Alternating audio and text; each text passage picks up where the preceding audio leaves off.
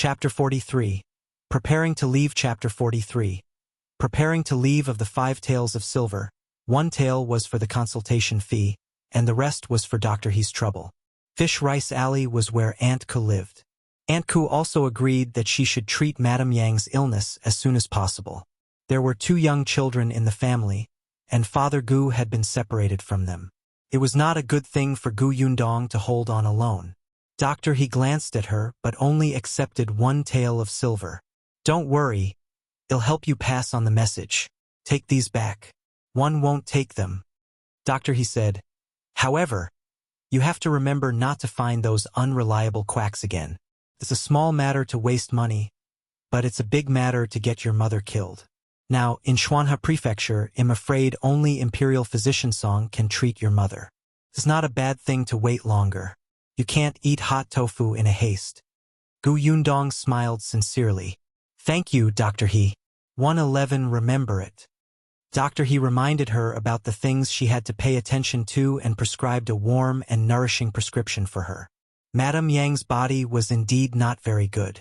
Not to mention eating her fill and wearing warm clothes all these years, even the illness of pregnancy that she had not recovered from after giving birth back then needed to be treated. Gu Yundong brought Madame Yang back to Aunt Kes' house and told her about the situation. The latter nodded to show that she understood. Don't worry. When I hear from Imperial Physician Song, I'll get someone to send you a message. Thus, Gu Yundong packed her things the next day and prepared to go to the village where they had settled down. Before she left, she cooked a feast. Nyetsong also came over to eat. This was the first time he had eaten Gu Yundong's cooking. He immediately regretted it. If I had known that your cooking was so delicious, I would have come earlier. Aunt Ke gave him a sidelong glance. Shouldn't you do something to repay her for the meal? Nyetsong was stunned. Do what? He had already done everything he could to help. Now that she was about to leave, was he supposed to send her there personally? That wasn't good, right? Not to mention that men and women shouldn't touch each other. He didn't have the time. There had been so many things going on recently.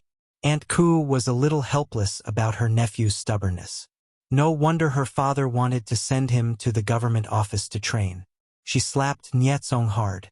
She and her family are young and weak. They don't have anyone to back them up. They're going to unfamiliar places tomorrow. What if they're bullied? Are we going to let her come all the way to the prefectural city to ask for help? Nyetsong suddenly came to a realization. He swallowed the chicken in his mouth and stood up. Wait, he'll be back in a while. Gu Yundong laughed and looked at Aunt Ku. Actually, young Master Nye has helped me enough. No matter where one go, I still have to rely on myself in the end. Hypocrite. Why didn't you stop Nyetsong before he left? One know what kind of person you are. Don't say such meaningless words in front of me. Gu Yundong laughed. Thank you, Aunt. In fact, you've helped Nyetsong a lot. You don't know how much he benefited from the last time he led the way to capture the bandit leader. Needless to say, the government office, Nyetsong's father had a whole new level of respect for him and relied on him a lot. Nyetsong returned quickly and handed her a letter. Your village belongs to Fengkai County. I don't know anyone there, but Constable Jiang from our government office has a good relationship with Constable Li from the county office over there. If you need help with some small matters later, look for him. This is a letter from Constable Jiang. Without waiting for Gu Yundong's reaction, he said mysteriously, 111 give you something good. You have to keep it well. Chapter 44. Departure. Nyetsong took out a copper coin. There was a hole in the copper coin, so it could not be used. Was this a good thing? Gu Yundong examined the copper coin for a long time but could not figure it out. Her puzzled gaze landed on Nyekong. All right, stop keeping us in suspense. Aunt Ke glared at him. Nyetsong coughed lightly and said, when I was looking for Constable Jiang to write a letter, His Excellency happened to pass by. After knowing your situation, he asked me to go over and gave me this copper coin. The Magistrate of Fengkai County was promoted by Our Excellency. If you have any trouble in the future, you can give this copper coin to the county magistrate. He will help you. Your lord is really a good person. I wish him a peaceful life. Gu Yundong did not know that the dignified magistrate was so free that he would pay attention to a small fry like her. The corner of Nie Tsong's mouth twitched. Other than saying that the Lord was a good person and would live a peaceful life, did she have any other description? But Gu Yundong was right. How could the magistrate be so free? The reason why he remembered her was entirely because Nie Tsong had mentioned it several times. Most importantly, it was the portrait of the person she had drawn. Because of that character painting, the government office caught the bandit leader in just 3 days. Coincidentally, the new emperor had just ascended the throne and was paying attention to the disaster rebellion. The magistrate was the first to make a contribution, and it was a great merit. It also confirmed the rumors that the new emperor had been favored by the heavens and showed his face in front of the new emperor. At this time, the new emperor was about to promote talents and boldly reorganize the officialdom to plant his own power. With this, the prefect magistrate became a person on the new emperor's list. His position here expired, so it was basically no problem for him to be promoted to the capital. Wasn't it Gu Yundong who had helped him so much? And she was a girl. Didn't that leave a deep impression on the magistrate? Gu Yundong accepted the copper coin. She would not reject such a good thing. In this day and age, money was not enough. She also needed power. Otherwise, no matter how much money she had, she would not be able to keep it. It would be best if she would not need this copper coin and letter. If she could use them, she would naturally not let them go for nothing. Gu Yundong thanked him and put away the letter and the copper coin. The next morning, just as the city gate opened, Gu Yundong left Fish Rice Alley with her family. Aunt Ke did not go out to see them off. She was not in a good mood and had been staying in the room. When there was no sound outside the courtyard, she sighed and slowly walked out. It was as if there was no one in the empty house at all. The children's voices that had been chattering 2 days ago had disappeared. Aunt Ke walked to the kitchen and seemed to be able to smell a faint fragrance. Although they had not been together for long, Aunt Ke did like those 2 children. Even the ignorant Madame Yang made her pity her. She admired Gu Yundong, who had brought her mother and siblings all the way to Xuanhe Prefecture safely. If this little girl was not a girl, her future achievements would be high. What a pity. Aunt Ke returned to the central room and saw a piece of paper on the table. She picked it up and realized that it was a recipe. On it were 5 or 6 dishes that she had liked to eat recently. This girl? Aunt Ke laughed. At this moment, Gu Yundong had already left the city gate and was riding a carriage to Yongfu village. The carriage was rented. Now that he had money, Gu Yundong would definitely not mistreat herself.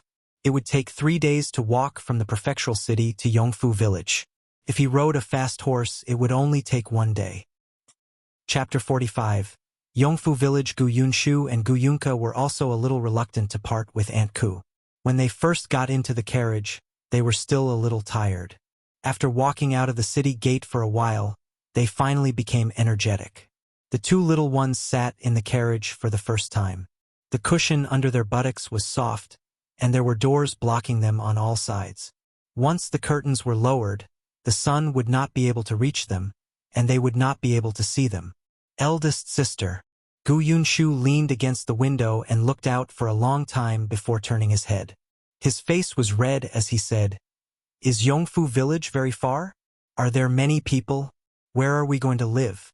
Are we going to build a house? Why do you have so many questions?" Gu Yundong smiled. Gu Yunshu chuckled. Eldest sister definitely doesn't know either. It's fine. We'll know everything when we get there. Gu Yundong had already leaned into Gu Yundong's arms. He held the peanuts that Aunt Ke had given him and ate them in small bites like a hamster. Madame Yang was carrying a huge bag in her arms. There were clothes for the family of 4, several new and old sets, shoes made by Auntie Ke, and a large bag of pastries. There were also 2 baskets in the carriage that contained some things they had bought in the prefectural city a few days ago. Although there were not many, they were all neatly arranged. Gu Yundong looked at the scenery outside the window, which was moving backward bit by bit. She was also looking forward to it and excited. Finally, she was going to have a new home. The carriage was not very fast. In addition, there were 2 children in the carriage, so it was comfortable. Hence, after traveling for a day, They were only about to reach Fengkai County. Fortunately, they entered the city before the city gate closed. It was already late. Yundong brought the few of them to stay at an inn for the night. They only set off for Yongfu village the next day when the city gate opened. Zeng had indeed found a good village for them. Yongfu village was almost 4 hours away from the county city. It would take 2 hours to reach the town, and 3 days to reach the prefectural city. This was only the time to walk. It would definitely be faster to take the carriage or an ox cart. Therefore, it was still early when they set off from the county city and arrived at Yongfu village in a carriage. At this moment, many people had already been busy in the field for a while. Almost every family was busy making breakfast. The children in the village were also gathered at the entrance of the village in 2s and 3s to play. When they suddenly saw a large carriage coming over, they immediately ran up chattering. There were only 2 families in the village who had ox carts. The carriages were very expensive. They could not even afford to ride them, let alone buy them. Now that they saw the energetic and tall horse, they immediately surrounded it curiously. Who was this? Why did he come to their village in a carriage? What was even more strange was that there was a pushcart dragged behind the carriage. The coachman slowed down. Yundong opened the curtains and saw a child walking to the side. She waved at him and handed him a candy. "Do you know how to get to the village chief's house?" she asked. The child looked to be about the same size as Yunshu. When he saw the sweets, his eyes lit up and he was about to drool. Their village was not very rich, so they did not have many chances to eat sweets. Children like them could only have a bite during the new year. He nodded hurriedly. "I know, they'll bring you there." He stuffed the candy into his mouth and ran to lead the way. The other children were envious. If they had known earlier, they would have run faster and been the first to speak. Only then did Yundong put down the curtains. However, the next moment, she suddenly lifted the curtains and looked at the figure that flashed past not far away. She felt that it was familiar. Chapter 46. Village chief, however. The figure flashed too quickly and disappeared before she could confirm. Yundong put down the curtains and asked the coachman to follow the child to the village chief's house. Yongfu village was a village with a variety of surnames. Many of the family's ancestors had fled here. After taking root here for a long time, they slowly developed to their current scale. The village chief's family name was Chun, and he lived in the center of the village. His family background was not bad, and the house he lived in was the only green brick house in the village. When the carriage stopped in front of his house, there were already many people following behind it. Yundong was shocked when he came down, especially the children. They looked at her eagerly with an expression that said, "Do you have any more questions for me?" It was as if they would be able to earn sweets the moment she opened her mouth. The corners of Yundong's mouth twitched. After Madame Yang came down with a bag, he turned around and carried Yunshu and Yunka down. She asked the coachman to wait for her outside for the time being before knocking on the village chief's door. The commotion outside the door was naturally heard by the people inside. Hence, just as Yundong raised his hand, a young woman dressed like a married lady walked out. "Who are you looking for?" As she spoke, she looked at the large carriage behind them. Before Yundong could reply, a child behind him said loudly, "They're looking for the village chief." As soon as she finished speaking, a tall male voice came from the house. "Let someone in first." The woman moved aside and smiled as she let Yundong in. The moment the door closed, the villagers outside could not see what was going on inside. The village chief's name was Chun Liang. He was about 40 to 50 years old and was very thin. He did not put on any airs and looked quite easy to talk to. Yundong handed over the household registration document. Chun Liang narrowed his eyes and stared at it for a long time before nodding and saying, "The junior officer told me before that 3 families want to settle down here in our village. The other 2 families came over a few days ago. I thought you should be here soon." He looked up at Yundong and Madame Yang, who were standing behind her. He found it strange that the person in charge was such a 13-year-old girl. However, he lowered his head to look at the document and could not help but frown. "The house owner is Dajiang?" Yes, the owner is my father. It's just that he got separated from us when we were escaping from the wilderness. If he went missing, the government usually thinks that he has already. Chun Liang stopped mid-sentence. Most people who went missing on the way to escape were dead. There were rules in the government for these things, but the document still wrote Gu Dajiang, which meant that this girl had already talked about the matter in the government. Since that was the case, he would just follow the documents. All right, I understand. Chun Liang closed the document and began to talk about serious matters. Since you've settled in our village, you'll be people in the village from now on. Because you were sent by the imperial court, you don't have to buy a homestead. You can get a mu of land according to the number in your family. If you think it's too small, you can buy more. It was because the new emperor was benevolent and gave special treatment to the refugees who were affected this time. However, you can't choose the location of the homestead. There are only 3 in total. Moreover, you came the latest and the other 2 have already chosen. You can go and take a look later. If you feel that the location is not good and want to buy another place, you can tell me. If you're satisfied, then find someone to build the house as soon as possible.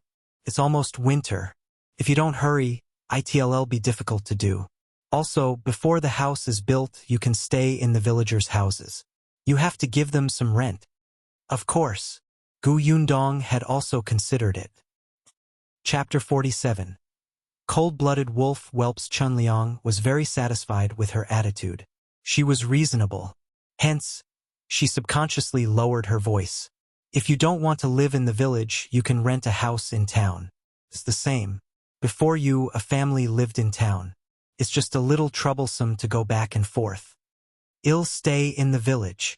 Since she was going to build a house, she would definitely have to visit the homestead often. Not to mention that it was far from town. Even her brother and sister would not follow her back and forth. Chun Liang slapped his thigh. All right, then you'll stay in the village.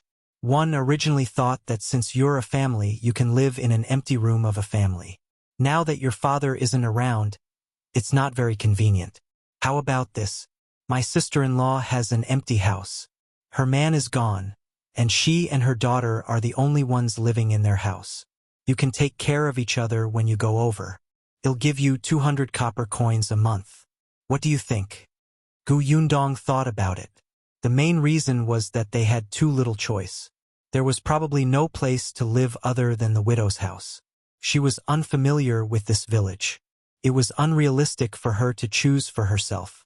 200 copper coins won't be a problem. But can I take a look at the house over there first? Chun Liang nodded. Sure. Second daughter-in-law. Bring Miss Gu over and let your aunt know. The young woman who came to open the door immediately replied, Got it, father. Miss, follow me. Gu Yundong asked Madame Yang and the other 2 to wait for her here while she went over. As soon as she left, Chun Liang's wife, Madame Zhou, could not help but whisper, Why did you ask her to stay with second sister-in-law? What's wrong? Isn't it quite good? Second sister-in-law lives with Yulan. There are no adult males in the Gu family. No one will gossip if they live there. Second sister-in-law can also earn a rent. But second sister-in-law's personality. What personality? Chun Liang had an expression that said, Isn't she quite capable and virtuous? Madame Zhou immediately stopped talking. Men were all careless. In addition, the other party lived as a widow, so it was not easy to interact with eldest uncle. All these years, Madame Zhou had basically been the one who interacted with the other family. Madame Fong liked to take advantage of others. However, when others suffered, she still had an innocent and aggrieved expression, making people feel suffocated. If not for the fact that she no longer had a man, Madame Zhou would not have liked to interact with her. Forget it. Actually, it was not a big problem. The Gu family would just stay until the house was built. Madame Zhou did not say anything. Gu Yundong returned not long after. The girl called Yulan came with her. She was 2 years older than Gu Yundong and looked very cheerful and lively. Uncle, my mother agreed to let the Gu sisters stay at my house. Don't worry, I'll take good care of them. Chun Liang immediately smiled. All right, let's leave it at that for now. He turned to look at Gu Yundong. Do you want to look at the homestead now or later?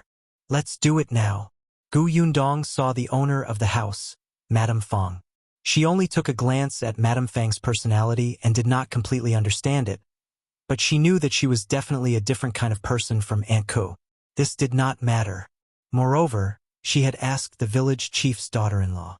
There were a few widows in this village, but the rest either had sons or didn't have enough rooms. There was no other choice. Chun Yulan took the initiative. Uncle, I'll accompany Sister Gu to visit the homestead too. Let's go. Chun Liang stood up and walked out first. Chun Yulan led Gu Yundong to the back. However, they had not walked far when Gu Yundong paused. It was indeed him. She had not seen wrongly in the carriage. Could it be that the youth he had met in the prefecture city was also from this village? Seeing that she had stopped, Chun Yulan followed her gaze curiously. She immediately trembled and whispered into her ear, "Don't look at him. He's a cold-blooded wolf. He doesn't care about anyone." Chapter 48. His name is Shao Qingyuan, cold-blooded wolf? And they didn't care about their relatives? Gu Yundong recalled the 2 times he saw him. The first time was when he kicked the constable. The second time was when she took revenge and hung shopkeeper Pan up a tree. If that was the case, he was indeed ruthless. When she wanted to look again, the young man had already disappeared. Chun Yulan patted her chest. Fortunately, he didn't look over here. Sister Gu, let me tell you, you have to be careful when you meet Shao Qingyuan in the future.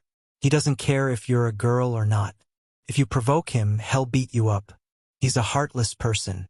It's fine if he's not grateful that the Shao family raised him up, but he doesn't even care about his grandfather, who treats him well. His grandfather fell out with the Shao family for him and brought him out to live alone. In the end, his grandfather fell seriously ill. Shao Qingyuan didn't even care and left his grandfather to fend for himself in the house. No one even collected his grandfather's corpse after he died. As for him, he started eating fish and meat in 2 days. Yulan, what are you talking about? Hurry up. It's getting late. Well, delay lunch later. Chun Liang had already walked for quite a distance when he turned around.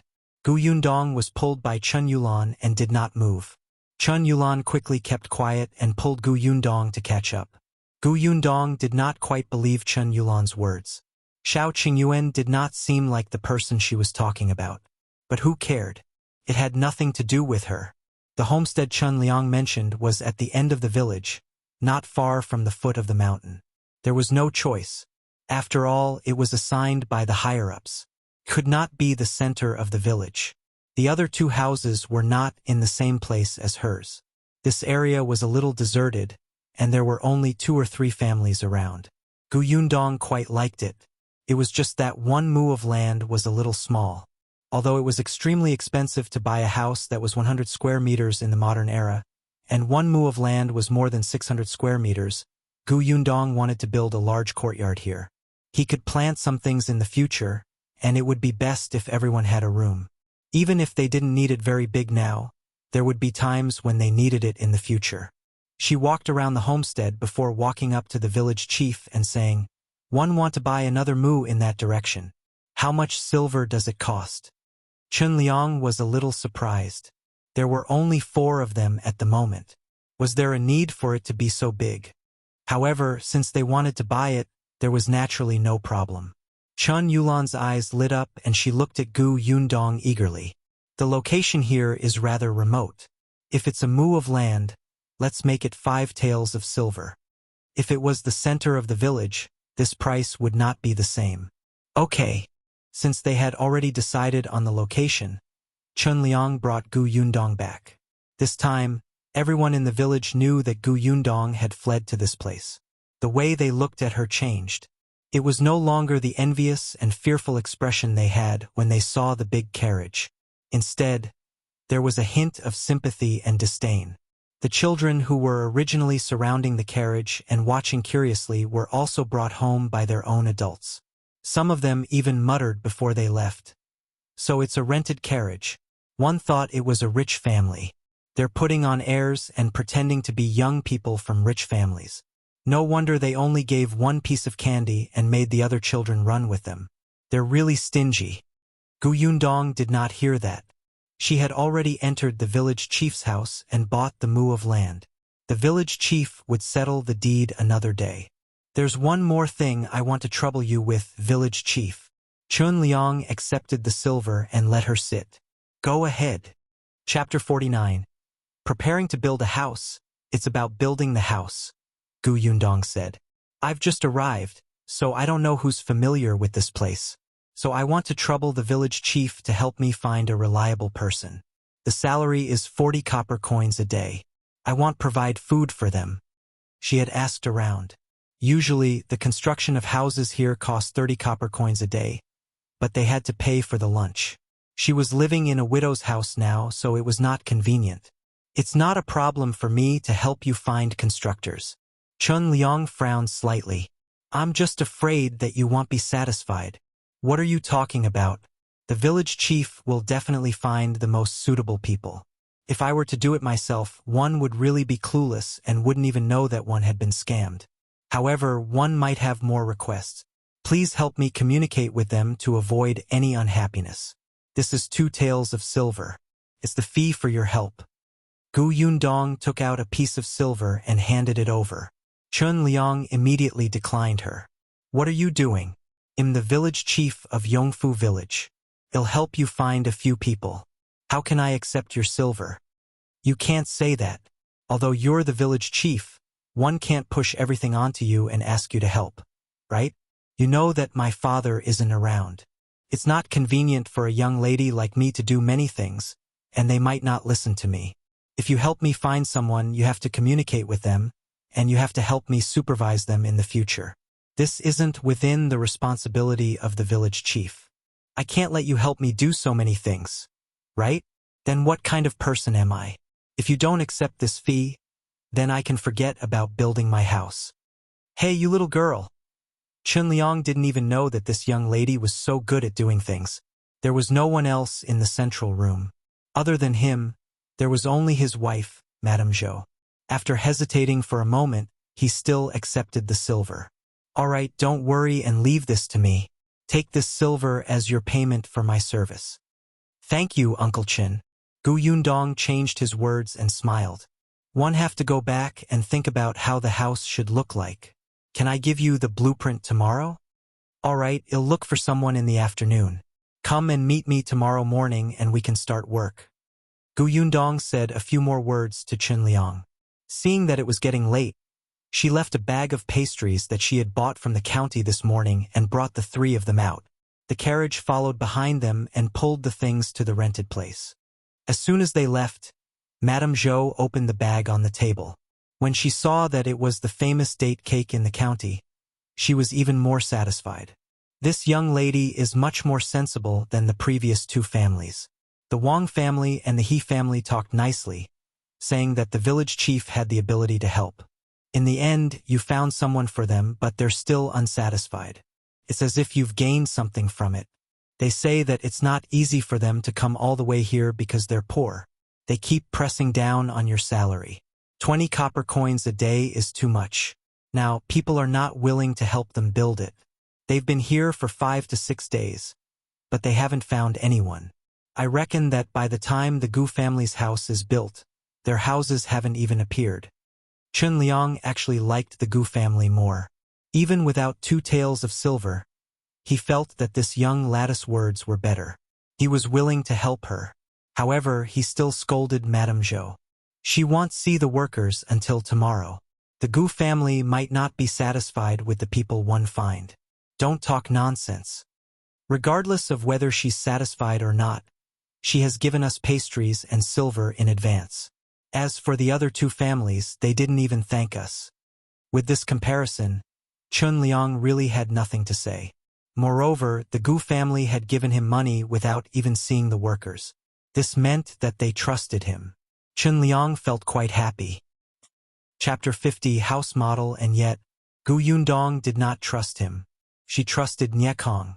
Back then, her main requirement was that the village chief's character was passable. Although Chun Liang had his own thoughts, he was very reliable about big matters. He would definitely not cheat her when it came to building a house. It was normal for humans to have little thoughts.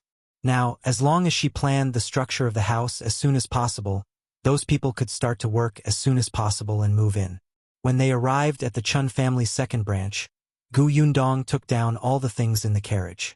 Chun Yulan enthusiastically helped her move them. There were not many things. There were only 2 baskets. She did not need Chun Yulan's help at all. Gu Yundong and Madame Yang each took one.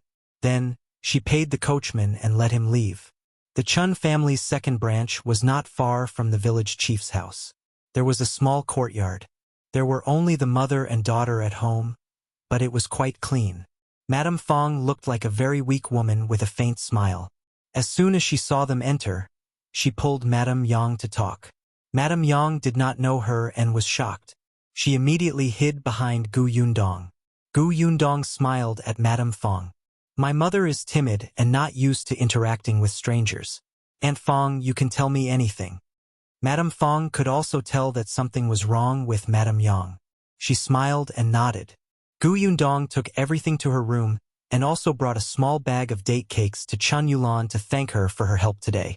She then said that she was a little tired and wanted to go back to her room to rest. Chun Yulan took the date cake and went to Madame Fang's house. As soon as she entered, her smile disappeared and her face darkened. To think that one was so busy.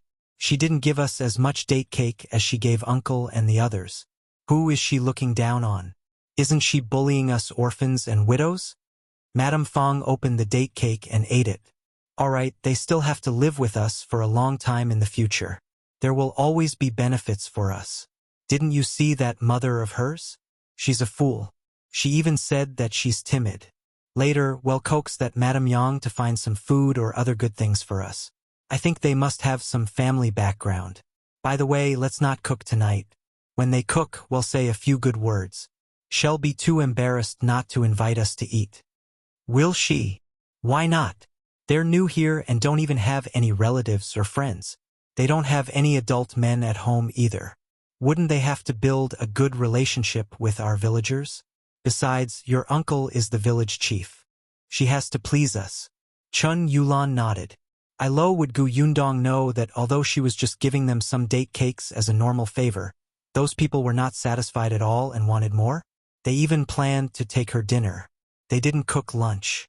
When they came from the county city in the morning, they bought a lot of buns and finished them at noon. Madame Yang and the 2 little ones made the bed and went to take an afternoon nap. Gu Yundong sat at the table, holding a charcoal pencil and paper, and began to draw the layout of the house. She had pictured modern houses in her mind, but here many aspects were not easy to implement. She could only try to build them as comfortably and conveniently as possible. 1 room for each person, 2 guest rooms, and 2 study rooms. When the house was built and stabilized, she would definitely earn money and send Gu Yunshu to study. Gu Yunshu had learned some words from Gu Dajiang when he was at home. This child had inherited Gu Dajiang's talent. If he studied hard, he would definitely not be bad in the future. Chapter 51. Warmth. Gu Yundong wrote and drew on a piece of paper. According to her preliminary estimation, there would be 7 or 8 rooms. There was also a central room, kitchen, dining room, clean house, and warehouse. Alright, there was also a cowshed. That was equivalent to a garage. Even if she could not afford a car now, she would have to need it in the future. The front door led to the courtyard. When the time came, they could plant grapes and dates in the courtyard, build a swing rack and make a stone table and bench. In the summer, they could eat fruits at night, and in the winter, they could also bask in the sun. There was a row of central rooms opposite the courtyard. There was a bedroom and a study room on the left, and a dining room and a kitchen on the right. There were 2 rooms on both sides of the courtyard, which could be divided into 2 or 3 rooms. She planned to set a small cubicle in each room as a bathroom. It would be convenient to take a shower. Box novel. A warehouse could be built at the entrance. Agricultural tools were indispensable in the countryside. Those hoes and baskets could be placed there to build a public cleaning place. After painting and drawing, it actually covered about a mu of land. Indeed, it was necessary to buy another mu of land. The backyard had to be surrounded too. When the time came, they would cultivate all kinds of vegetables and have a place to raise pigs and chickens. The cowshed was also in the backyard. When the time came, they would open the door there. When there was an ox carriage, the ox carriage could be pulled out directly. After Gu Yundong drew the structure, she began to count the measurements. Madame Yang and the other two woke up on the bed. Gu Yunshu got up and washed his face. He walked to the table and picked up the draft paper. He tilted his head and looked around. Big sister, is this our home? Can you understand it? Gu Yundong looked up and asked him with a smile. The little thing's head was finally not disproportionately big.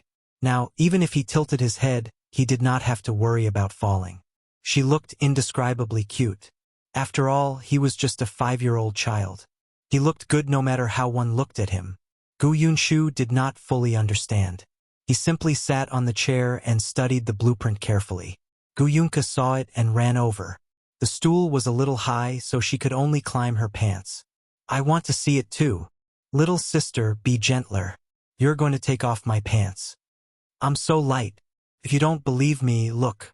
I'm so thin. I didn't eat much. Gu Yunka was dissatisfied.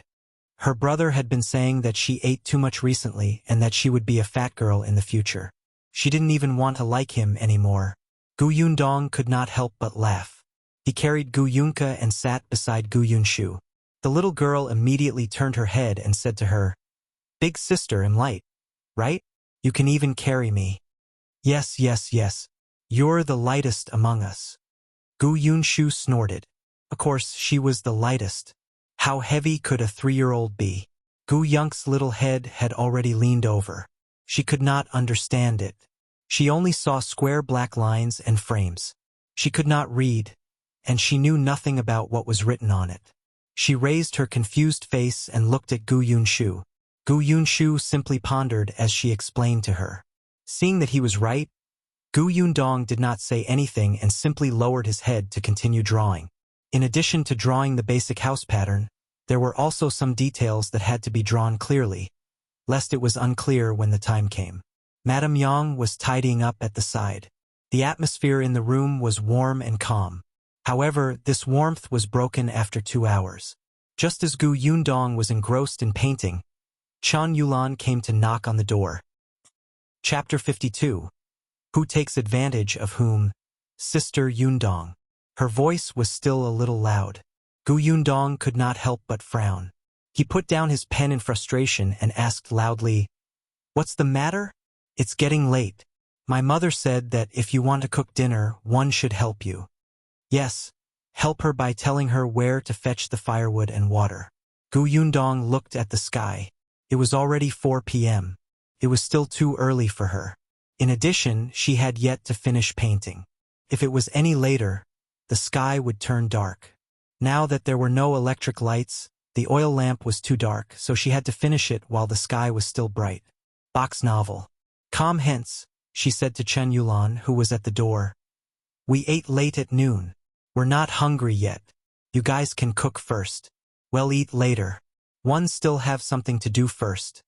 As she spoke, she looked at Gu Yunshu and the other woman. The 2 children patted their stomachs. I'm still full. When Chen Yulan heard this, she pursed her lips and left. Madame Fong was watering the vegetables in the courtyard.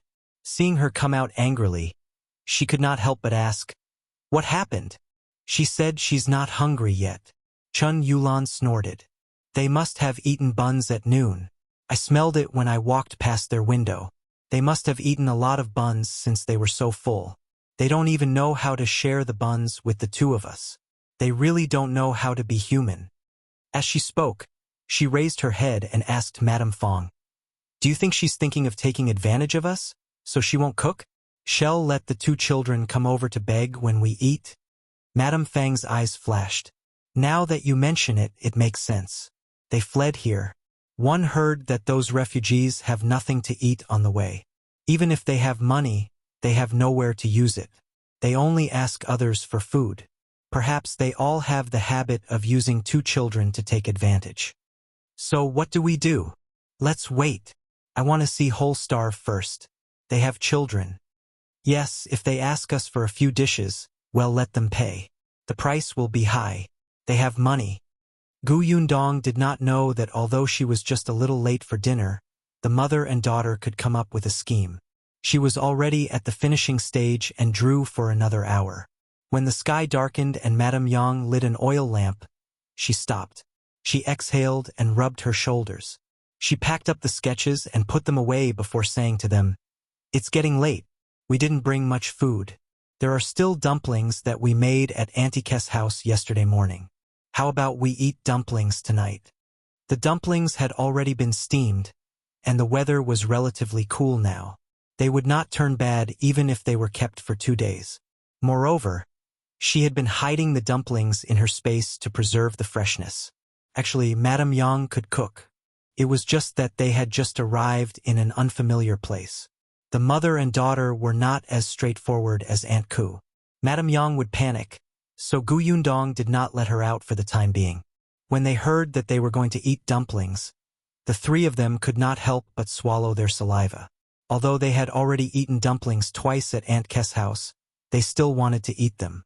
"I want to eat 2 bowls," Yunka said. Yundong took the dumplings and went out. Madame Yang helped her start the fire. When they entered the kitchen, Yundong looked at the cold environment and could not help but raise her eyebrows. Madame Fong and the rest had not cooked dinner? At this moment, Chun Yulan had already run into Madame Fang's house. She said excitedly to her mother, who was filling her stomach with date cake, "They finally can't take it anymore and started to cook dinner." Chapter 53. Who's tolerating your bad habit? Excitement flashed across Madame Fang's face. She pushed Chun Yulan. "Go and help." At that time, the Gu family would be embarrassed, right? Wouldn't they have to let the mother and daughter eat together? Chun Yulan turned around and ran to the kitchen. She wanted to tell the Gu family where the water was, but she didn't expect them to have already boiled it. Looking at the dumplings on the side, Chun Yulan's face turned red. Dumplings, white flour dumplings. They were fair and plump and full of fillings. Just looking at them made one drool. Box novel. Calm, she forcefully retracted her gaze and said enthusiastically, "Sister Yundong, are you making dinner? Let me help you start the fire." "There's no need. My mother is here.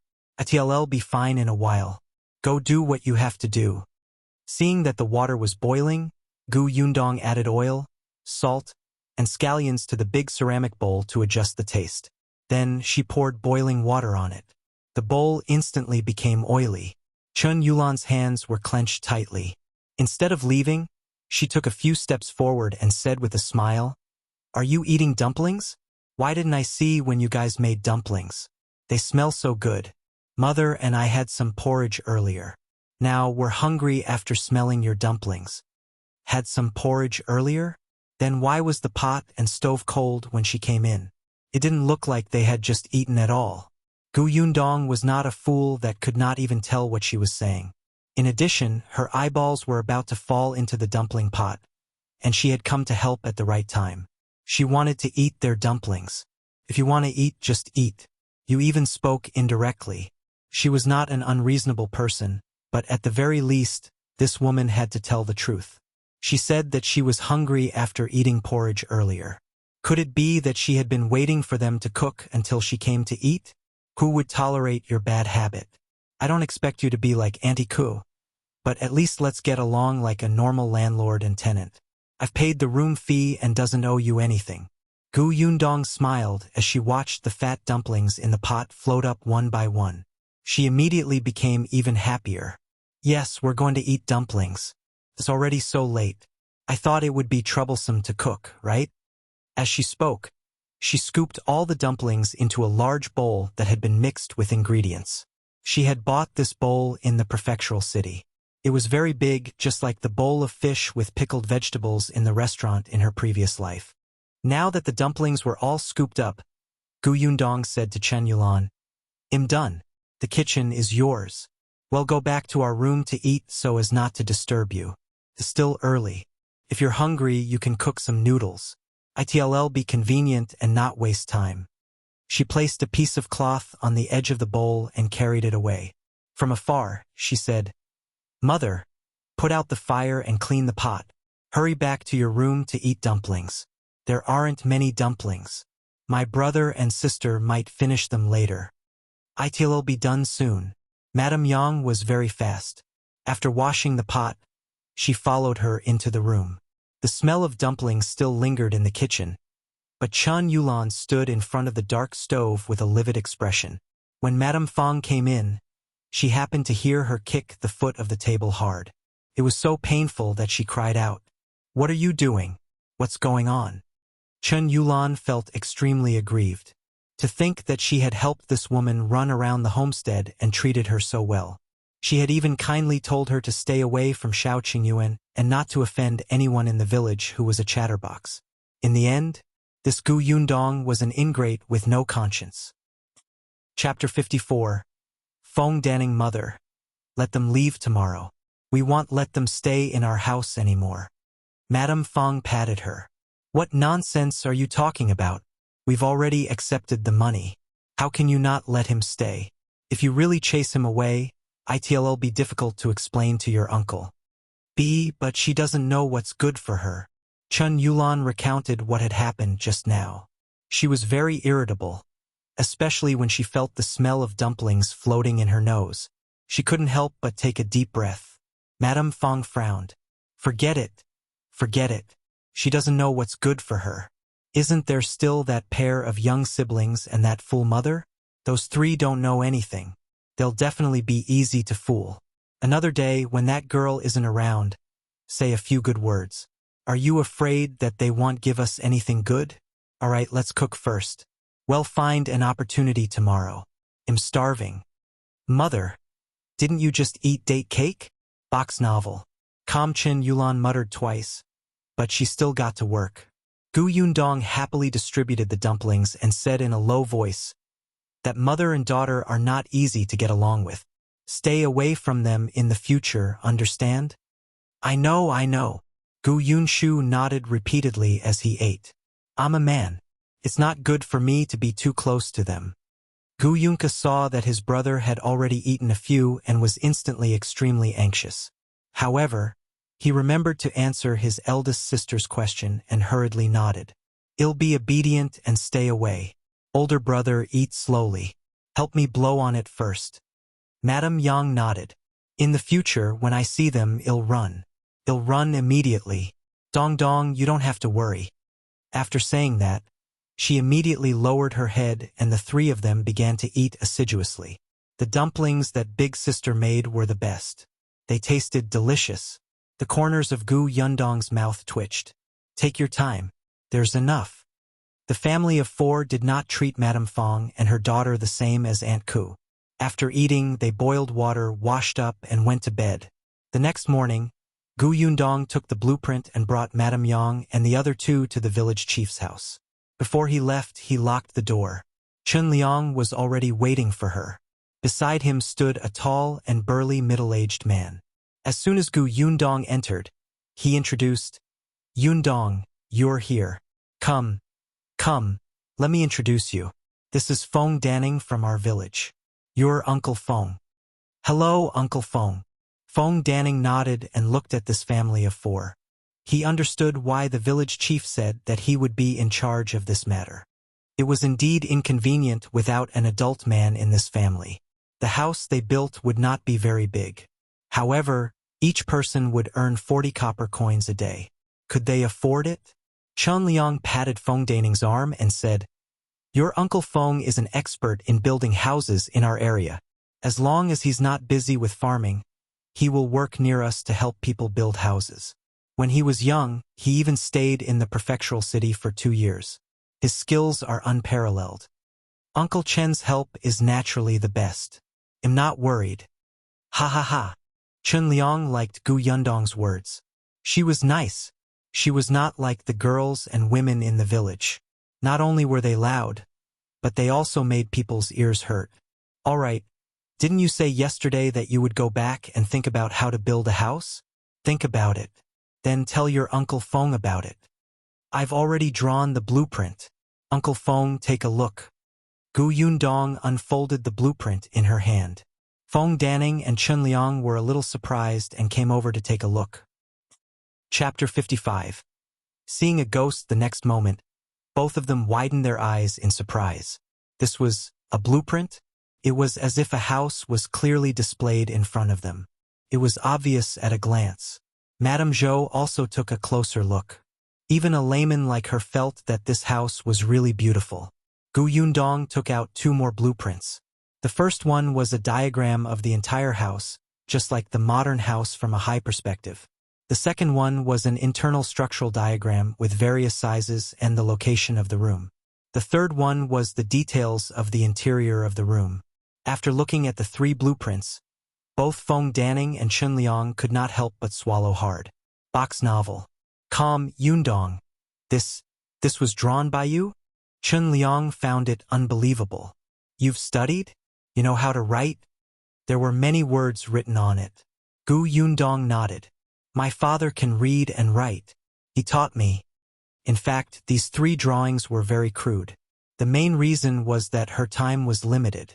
What exquisite thing could she hand over in just one afternoon? But this was enough. What she wanted to build was not a pavilion or a palace temple. It was just a brick house of a farmer. But even so, Feng Danning couldn't help but look at it again and again. He had been building houses for so many years and had always been dictated or explained to by the hirer. How could there be such a detailed blueprint that gave such a clear and intuitive image? When he was in the prefectural city, he had seen a large stack of drawings when a rich family was building a house. However, he felt that it was different from what he was seeing now. In short, Feng Danning felt that after reading Gu Yundong's blueprint, his mind would immediately picture the appearance of the house. It was too convenient. Uncle Feng, this blueprint only has a rough structure. There are many details that one need Uncle Feng to tell me. If there's anything one need, I'll add it. Alright, come, let's talk about it in detail. Hey, how did you draw this? This door is really beautiful and the windows are also beautiful. It's quite interesting to have flowers on both sides of the door. The flowers are also lifelike. And what does this semicircle mean? Gu Yundong was speechless. Just as she was holding her forehead, she saw a 6 or 7-year-old child walk in and quietly approach Gu Yunshu. All Shu, 111 bring you out to play. This was the village chief's grandson, Niu Dan. His real name was Chun Jingguan. He had already met Gu Yunshu yesterday. When Gu Yundong went to visit the homestead, the 2 children were chatting quite happily. Gu Yundong thought that she would be very busy from now on. The 2 children would also be very bored by her side. So she nodded and let Gu Yunshu go. She only reminded him to take good care of Gu Yunka. Unexpectedly, the little girl shook her head firmly with her arms crossed.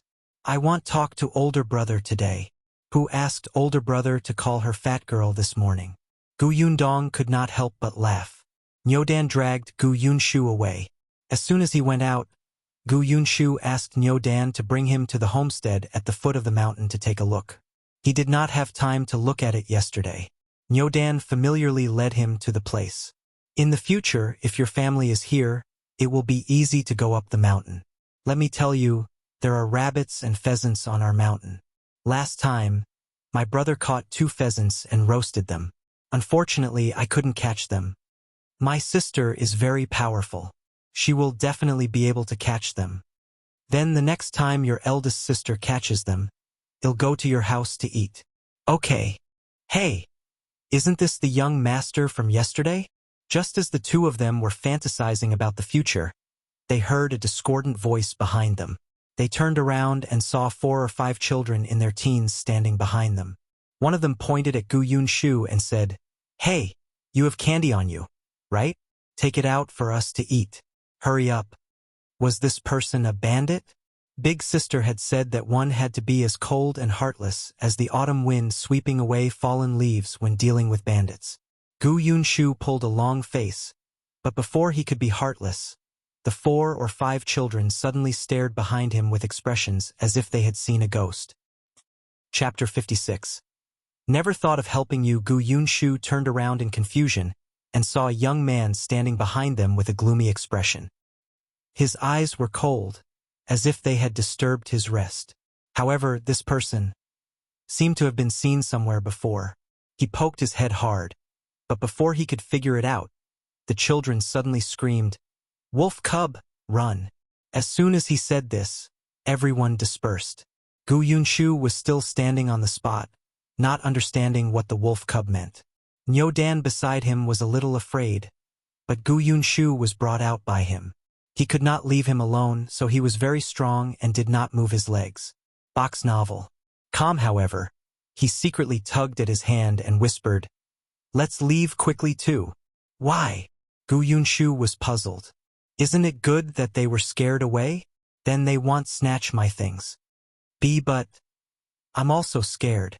Dan quietly raised his head to look at Shao Qingyuan's face. When he met his eyes, his body could not help but tremble. Gu Yunshu had already remembered who he was. He immediately walked quickly to Shao Qingyuan. "It's you. Why are you here? Are you also from this village? What a coincidence. I'll also be a villager in the future. This is the homestead we just confirmed. Eldest sister said that we can build a house soon. This will be my home in the future. Where is your home?" Was it too late for him to pretend not to know him and run with the children just now? Shao Qingyuan looked at the little kid in front of him. "What's your name?" Dan stood rooted to the ground and did not dare to move. However, he was shouting crazily in his heart. "Don't answer. Don't answer. If you answer, it means that you're targeted by him. You're finished. I'm telling you that you're finished." "And yet, my name is Gu Yunshu," Gu Yunshu said very seriously. "Thank you for helping us scare away those child bandits just now." Shao Qingyuan sneered. "One never thought of helping you. It was just a coincidence. Although you might not have thought about it, it was indeed because of you that they ran away and didn't find trouble with me. One was the one who benefited. My eldest sister said that this is considered, well, indirect help." "Indirect help?" Shao Qingyuan was deep in thought. Last time in the prefecture capital, the two constables had also seen the girl, so they did not cause trouble for him. It was especially similar to the current situation. Shao Qingyuan did not say anything else and turned to leave. Gu Yunshu still wanted to follow him and chat with him. He had just taken a step when he was pulled back by Dan. He called out to him softly and firmly, "Come back." Gu Yunshu was only a little slower, but Shao Qingyuan had already turned the intersection in large strides and disappeared. Gu Yunshu was very regretful. "Why are you holding me back? I haven't finished speaking." "You know him?" Speaking of this, Gu Yunshu was a little excited. "You don't know. Last time I saw him kick out like this. He directly knocked over a constable." "Hiss?" Dan sucked in a cold breath. He actually dared to hit the constable? As expected, a wolf cub is indeed a wolf cub. "A wolf cub? Why do you all call him a wolf cub? And you all look very afraid of him. Isn't he quite handsome?" Could it be that these people had a problem with their aesthetic taste, as eldest sister had said? Then what should he do? He thought that he was quite handsome. Would the people here think that he was ugly? Chapter 57. Shao Qingyuan teaches the brats a lesson. Gu Yunshu touched his little face. Dan had already pulled him back. As he walked, he explained to him, "In the beginning, the adults called him a wolf cub. I don't understand why. I asked my mother and grandmother, but they just told me not to ask." Speaking of this, he was a little dissatisfied. Everyone treated him as a brat. He was already 7 years old. Okay? I'm afraid of him because... Speaking of this, Dan couldn't help but shiver. "Once, I saw him with my own eyes. I saw him throw Dan into the water." "All?" Gu Yunshu was stunned. "Who is Dan? Was that the main point?" That was obviously not the case. Box novel. Calm Dan was a little resentful, but with his interruption, the fear in his heart decreased a lot. Dan is the son of the Gao family at the village entrance. He's the same age as me. Once, he scolded the wolf cub and asked the big dog at home to bite him. He said that he would let the wolf cub compete with the dog to see who was stronger. In the end, the big dog was injured by a kick and Dan was thrown into the river. When Dan couldn't breathe, this guy went down to save him. When Dan recovered, he threw him into the water and waited for Dan family to come. He had seen it with his own eyes. Dan went home later and fell seriously ill. From then on, he avoided Shao Qingyuan and did not dare to provoke him anymore. The news spread like wildfire. The Gao family refused to let Shao Qingyuan off just like that. They even came to his grandfather to seek justice for them and chase Shao Qingyuan out of Yongfu village. Later on, Shao Qingyuan said that if they dared to cause trouble for him again, he would set the Gao family on fire. Shao Qingyuan had always been a man of his word. The Gao family was also afraid that he would really do something. After all, he had nothing to worry about. There was no need for him to sacrifice the lives of his entire family. In short, this matter was left unsettled in the end. However, from then on, whenever children saw Shao Qingyuan, they would run as far as they could. "Don't you think this person is scary?" Nyodan said to Gu Yunshu. "In the future, you have to walk further away when you see him. He won't even let a child off." Gu Yunshu was conflicted. Wasn't it Go Dan who did bad things first? It's normal for him to be taught a lesson. My elder sister said that no matter if it's an old man or a child, if their hearts are bad, they're bad people. Why can't you hit them? What if that Go Dan lets the dog bite you? Nyodan blinked. I must be very angry and want revenge. In that case, the wolf cubs were not wrong. Why did it feel strange? Before he could figure it out, the two of them had already walked to the door of the house. When they entered the central room, they could still hear Feng Daning's excited voice. They had yet to finish the discussion. Gu Yunshu walked to his sister's side and stood on his tiptoes to take a look. He realized that they were talking about the last picture. It seemed like it was about time. Feng Daning was full of praise for these blueprints. "With this, I know what to do. You've also added what I just said that needed your attention just now. Don't worry, I've already taken a look. Tomorrow will be a good day. We'll be able to start work on the house soon. It'll be completed in a month. Ha ha ha, the people one called are all very efficient. Anyway, you live in the village now and can look at it at any time. If you have any questions, just tell me." "Thank you, Uncle Feng." Feng Daning waved his hand. "It's no trouble at all. Anyway, you're paying me. Besides, there's this blueprint. He suddenly paused and his expression became strange. Gu Yundong raised his eyebrows. "What's wrong? Is there anything else?" Chapter 58. Let me say the ugly things first. Feng Daning coughed lightly and looked a little embarrassed. He said in a low voice, "I was too happy just now and didn't pay attention. I didn't consider your situation. Your house is good, but it will cost a lot of money to build." Gu Yundong was stunned for a moment before he smiled. No, you can build it first. You don't have to worry about money. In the countryside, a family of 4 or 5 would usually only need more than 20 taels of silver to build a slightly better house. But Gu Yundong wanted a green brick tiled house, and there were many requirements. The renovation alone was different from the village chief's green brick tiled house. The labor fee was not low, and the area was quite large, so it could not be built without 70 to 80 taels. Gu Yundong's budget was 100 taels. Even if she did not have it now, it would take at least a month to build a house. During this period of time, she could always think of a way to earn some money. Box novel. Calm if she really could not earn it. She could postpone buying the furniture inside and lay the bricks on the ground later. At the moment, she still had more than 60 taels of silver on hand, which was enough. Hearing her say this, Feng Daning was relieved. It seemed that the Gu family was indeed wealthy. Otherwise, her father would not have been able to read, right? Gu Yundong discussed the ingredients with Feng Daning again. Madame Zhou had already called them for lunch. Madame Zhou had brought Madame Yang along with her to cook. Yesterday, Gu Yundong had given Chun Liang silver so that Madame Zhou had a good impression of her. It did not cost much to have a meal. Besides, they had not finished talking. After eating, she gave Gu Yundong a big basket of vegetables to bring back. Poor Madame Feng and her daughter. They were still waiting for Gu Yundong to go home and buy the vegetables in their field. Gu Yundong looked at the basket that was enough for her family to eat for 2 days. He raised his eyebrows and smiled at Madame Zhou. "Aunt, are you afraid that I won't have any vegetables to eat?" Madame Zhou was stunned and immediately felt a little awkward. "I was just afraid that you've just arrived and didn't prepare anything. You don't have a vegetable field. These were all planted by my family. There's a lot of them. It's not troublesome." Gu Yundong accepted the vegetables. Chun Liang and his wife were not bad. However, there were some things that had to be made clear.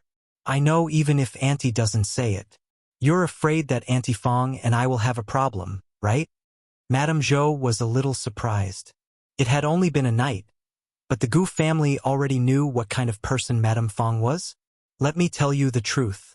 It hasn't been easy for second brother's wife to raise their daughter alone all these years. They've suffered a lot, so it's inevitable that they're a little stubborn. It's not a big problem. After all, your Uncle Chun is a man. It's not easy for him to get too close to this sister-in-law, and he doesn't know what she's like now.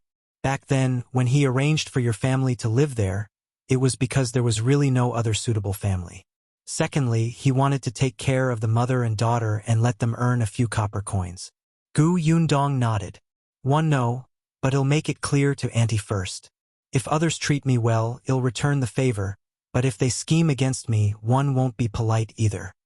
After saying that, she nodded at Madame Zhou and turned to leave with the basket. Madame Zhou sighed. She had thought that Gu Yundong was easy to talk to, but now it seemed that she was not someone who could be taken advantage of. Everything else was fine, but she was afraid that if the two of them really fought, it would be her man who would be in a difficult position. Madame Zhou shook her head and went back to tell Qin Liang this. Could be considered a warning in advance. On the other side, when Gu Yundong brought the three of them home, she was surprised to see a man standing in the courtyard. When the man saw them, he was only stunned for a moment before nodding in greeting. Chapter 59. Source of income. At this moment, Madame Fong walked out. Behind her was another woman. That woman looked a little similar to the man in front of her. Madame Fong was quite unhappy to see Gu Yundong, especially when she saw that she was carrying a basket of vegetables. She frowned. However, there was still a guest at home.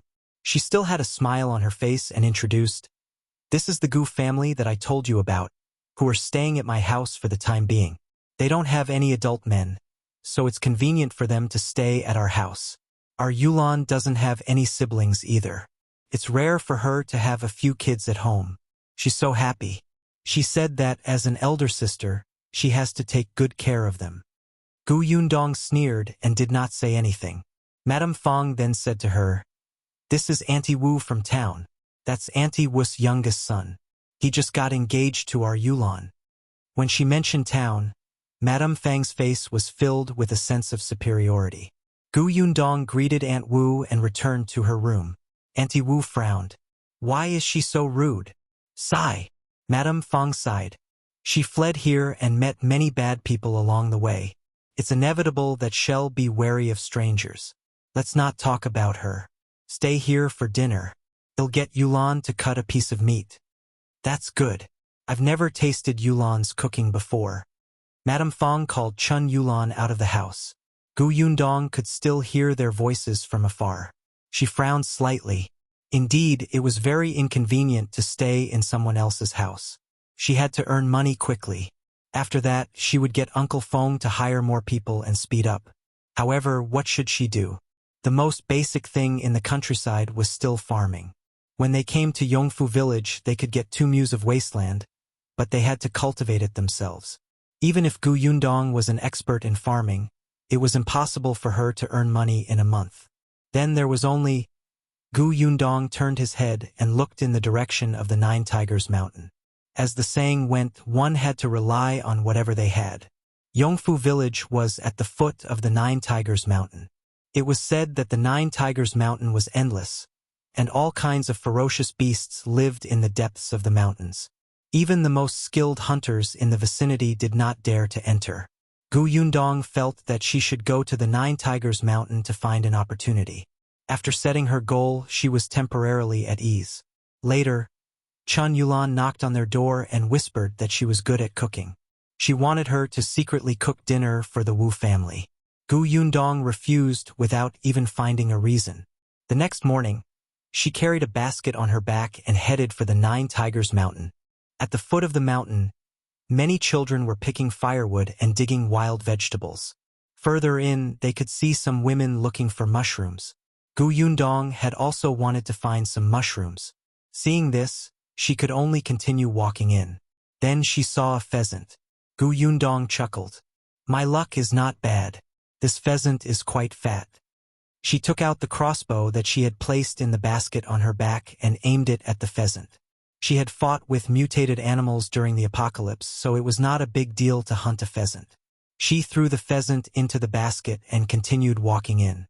When she saw a rabbit again, Gu Yundong was 100 times more confident that he would be able to gather enough money to build a house in a month. However, when she picked up the crossbow and aimed it at the rabbit again, her body suddenly trembled, as if something terrifying was staring at her back. The hair on her body stood on end. She stopped in her tracks and spun around. She aimed the crossbow bolt at the tree behind her and pulled the trigger. Chapter 60.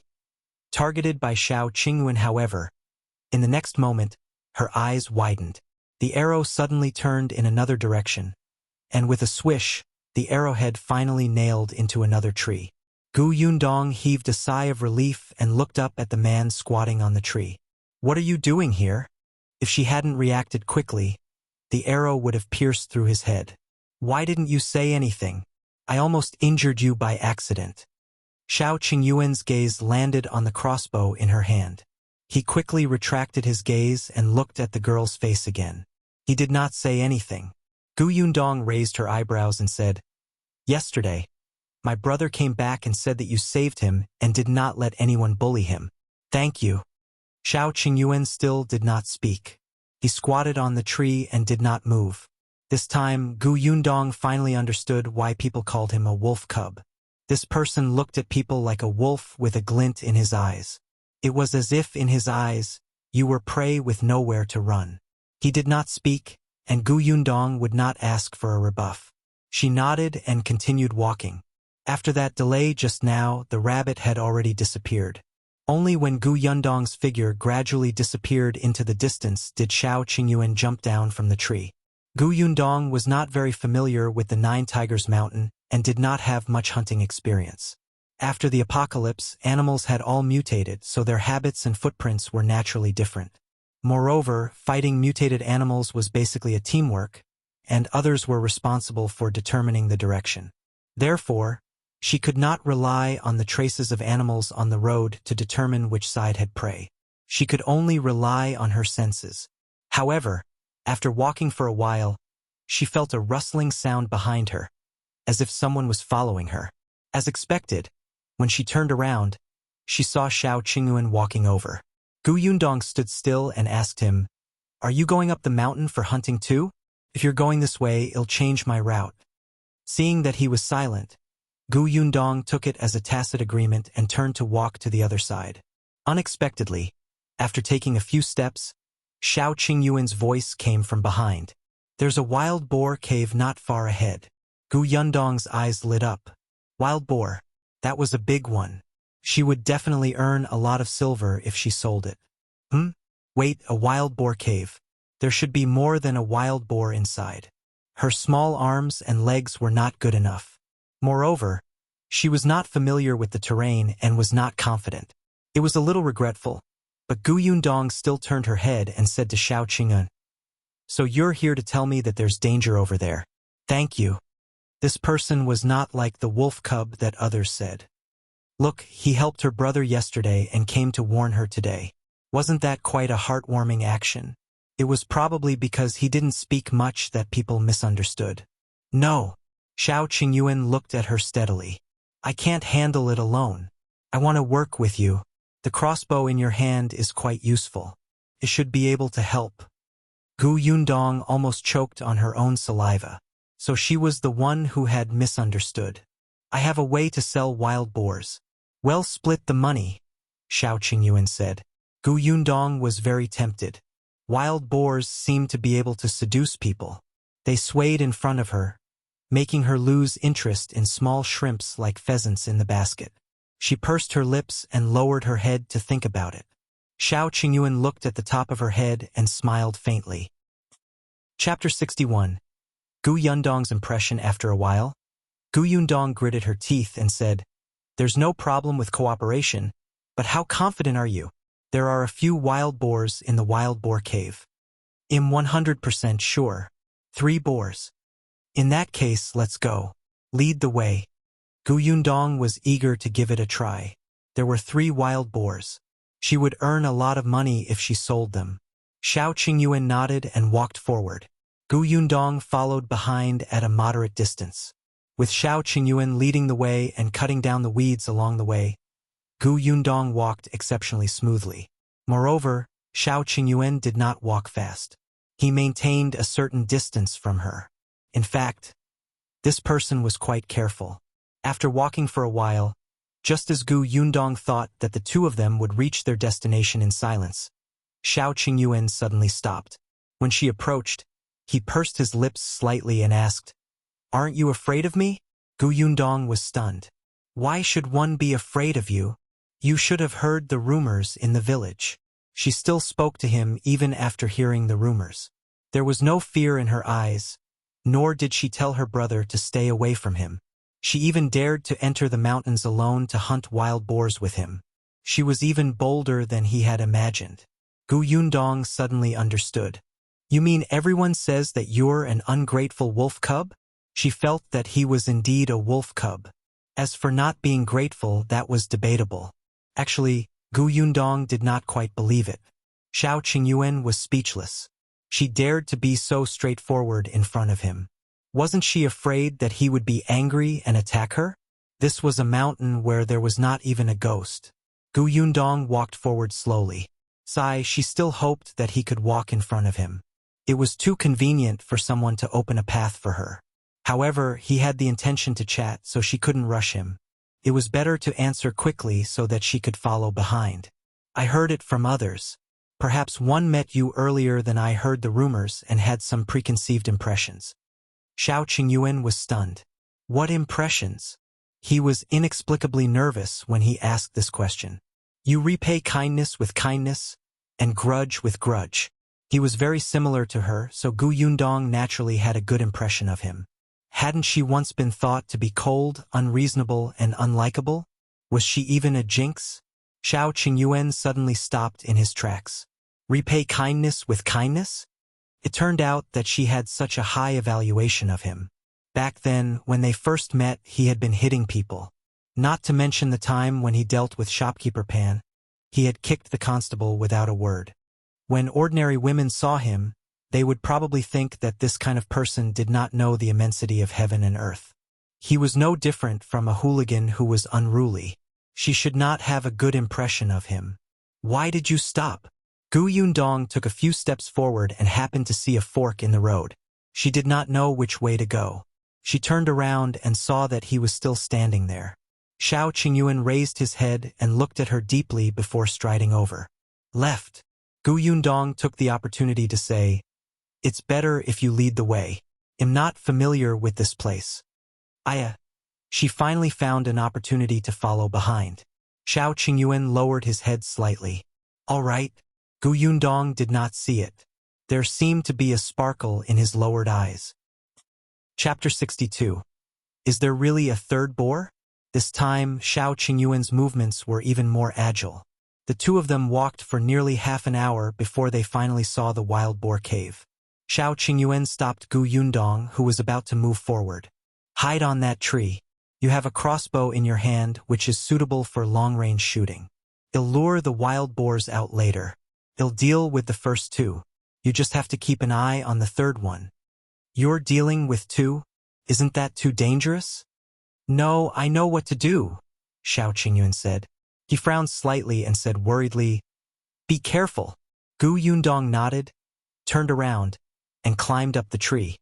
Shao Qingyuan looked up and saw that she had covered her figure with leaves. This tree trunk was thick enough and was not dangerous. He turned around and walked towards the wild boar cave. Gu Yundong watched as he skillfully approached the wild boar cave. Along the way, he squatted down.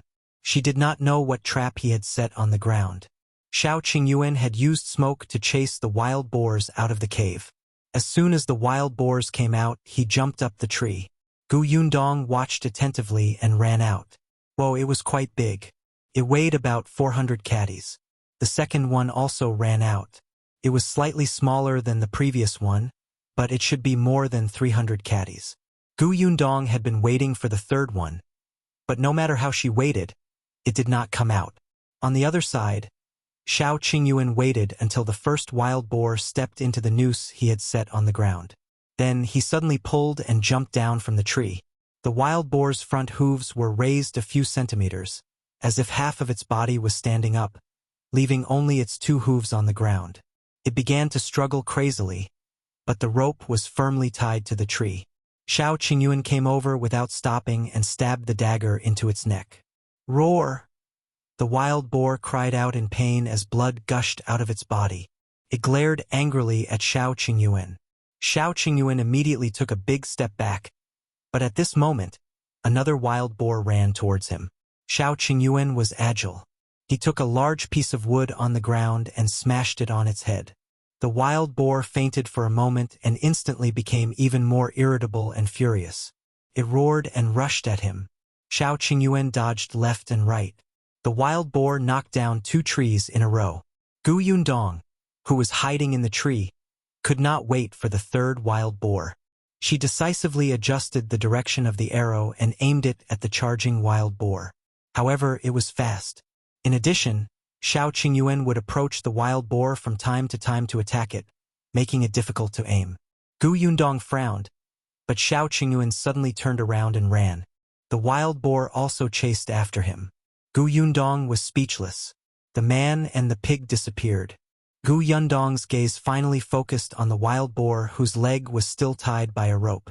It was still struggling crazily. However, it had been stabbed by Shao Qingyuan previously and was bleeding a lot now. It gradually lost its strength. Yundong aimed her crossbow at it and shot it in the neck. The wild boar flailed twice more and finally fell to the ground weakly.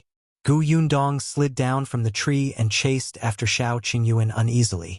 Halfway through the chase, she saw Shao Qingyuan running back. There was no sign of the wild boar behind him. His body was stained with blood.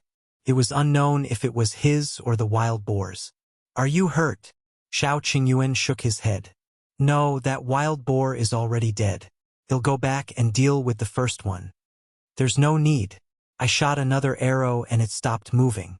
But I haven't seen a third wild boar. Are there really 3? Yundong asked suspiciously. Chapter 63. She's very sharp. Shao Qingyuan nodded affirmatively. There are 3 of them. One of them might not be in the wild boar cave. Let's get these 2 down the mountain first, lest the smell of blood attracts other wild beasts. She was really sharp. Yes, hurry up. Yundong could not be bothered to ask anything else, and immediately followed him back to the entrance of the wild boar cave. Shao Qingyuan dragged out a raft from the grass. The first wild boar weighed more than 200 kilograms. Yundong was quite strong now, but she was certain that she could not withstand half the weight of the wild boar. It was a pity that she had Shao Qingyuan by her side. Otherwise, she could have easily put the wild boar into her spatial storage. Shao Qingyuan was strong.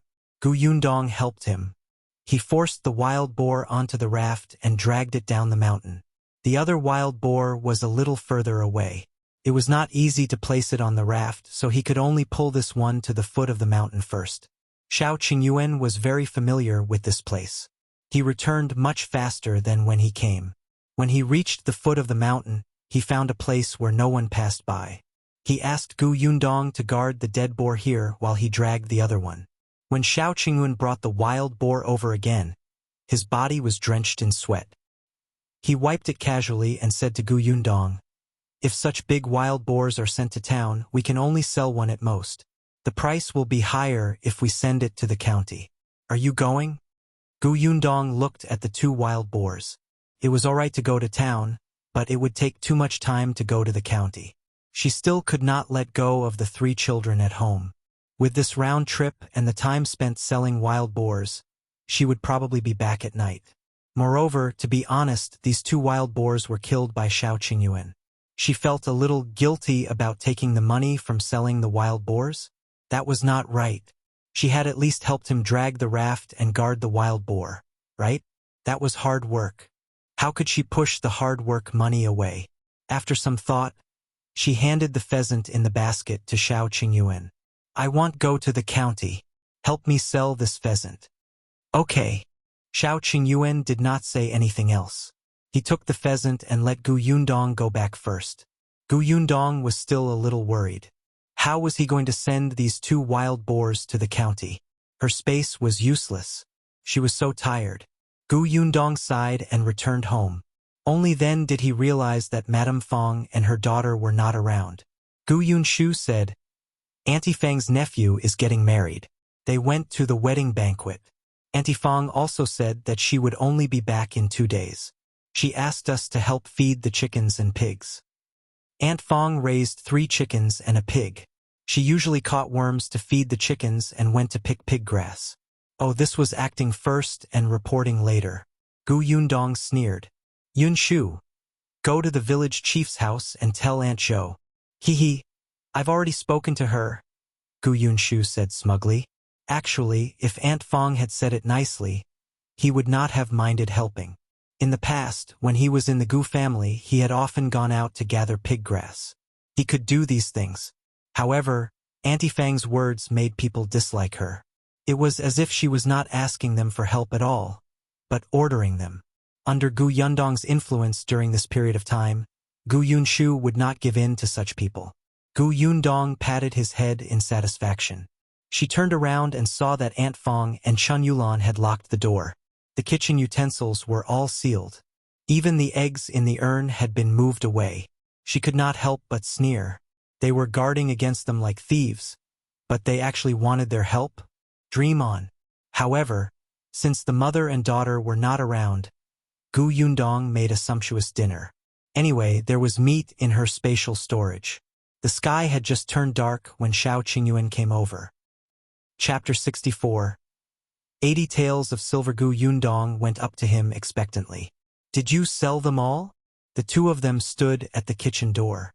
There was a shadow under the roof. If one did not look carefully, they would not be able to see the 2 of them standing here.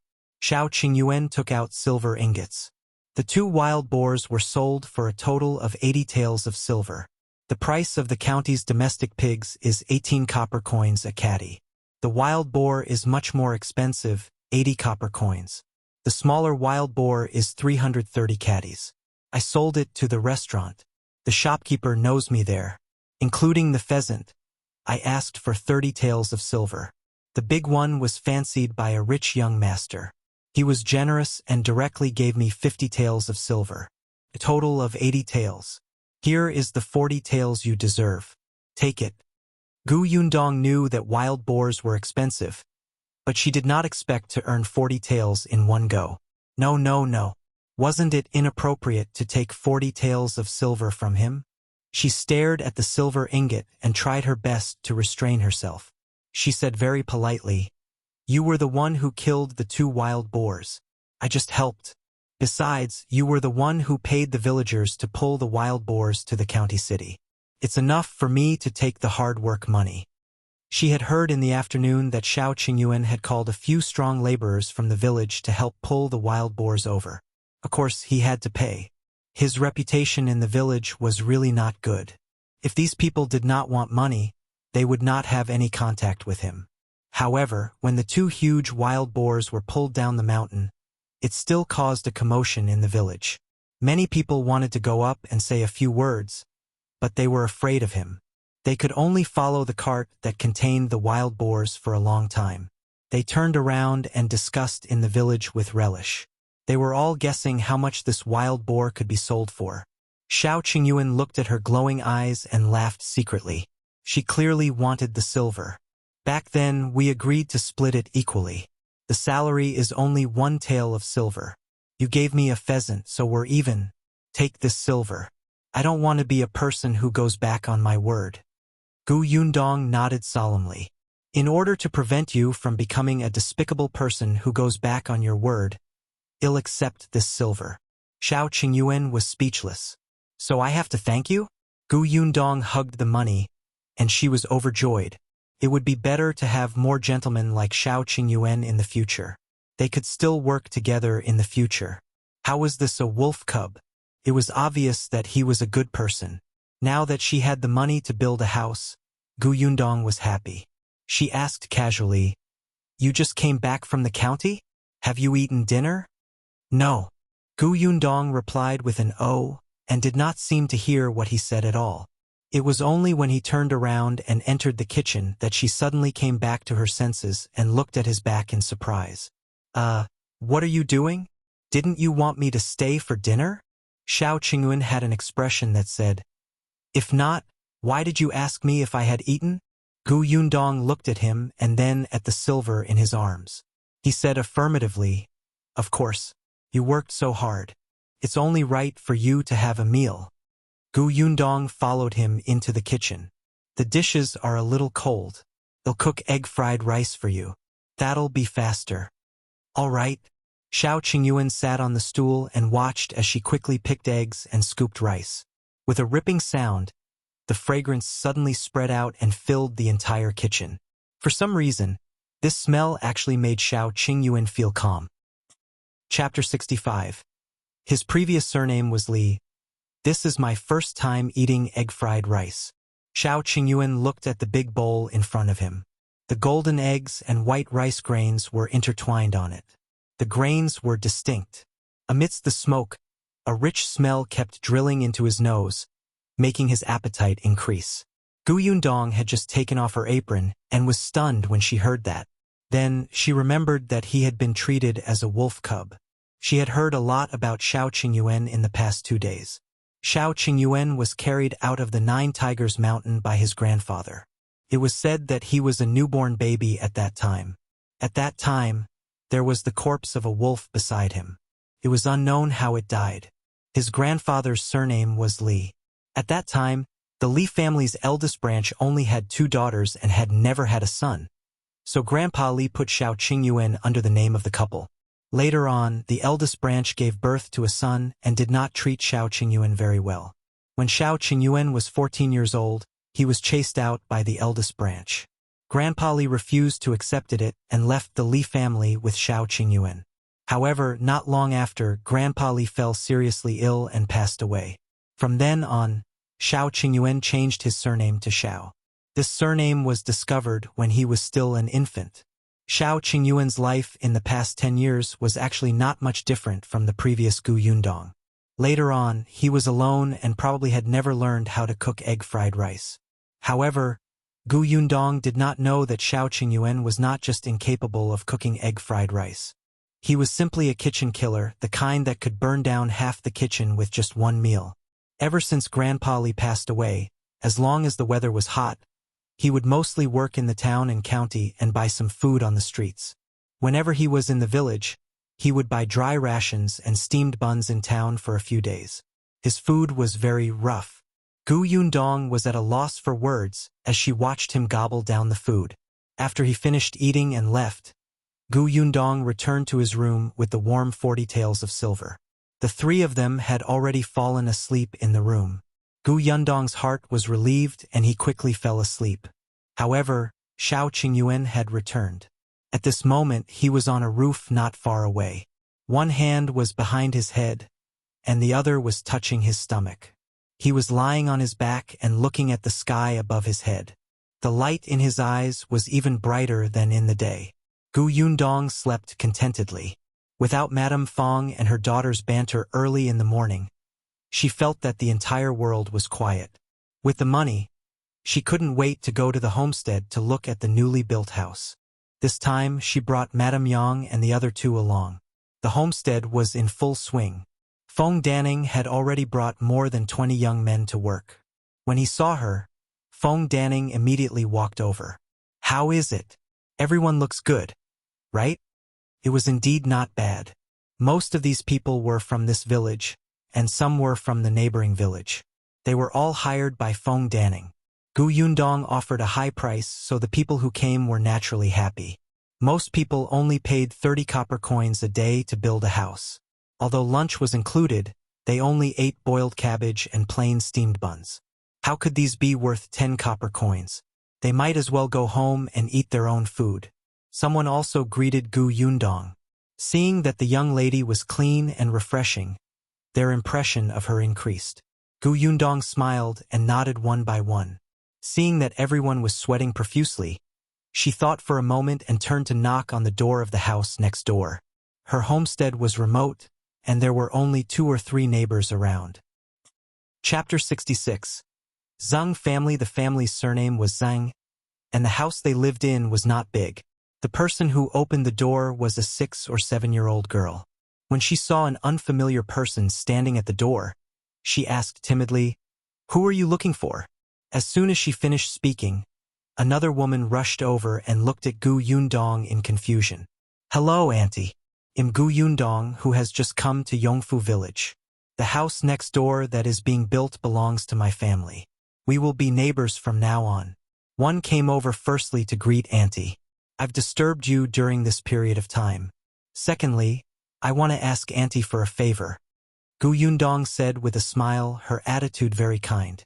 Madame Dong felt that she was very refined when she heard her speak.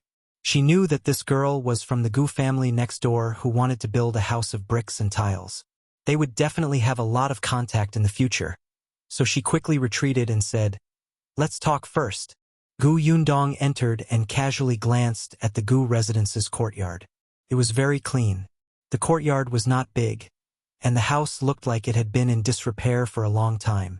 Madame Dong brought her into the central room and asked, "What do you want me to help with? Tell me." "I want to borrow Aunt's kitchen to make a pot of ginger tea," Yundong explained. "The weather is a little cold now. The uncles outside are helping my family build a house and they are sweating. When the wind blows, they will easily catch a cold. Some ginger tea can warm their stomach. I wonder if it's convenient for Aunt?" Madame Dong was only stunned for a moment before she immediately nodded. "It's convenient. Of course it's convenient. It won't take much. Sit for a while. We have ginger at home. They'll get it for you." The ginger was all grown by her family. There was a lot. Madame Dong quickly brought her a handful. Yundong did not stand on ceremony. Not only did he borrow ginger and firewood, but he also borrowed their bucket and bowl. After cooking, he carried them out with Madame Yang. Feng Danning was still wondering where she had gone. When he saw her carrying ginger tea over, a trace of surprise flashed across his face.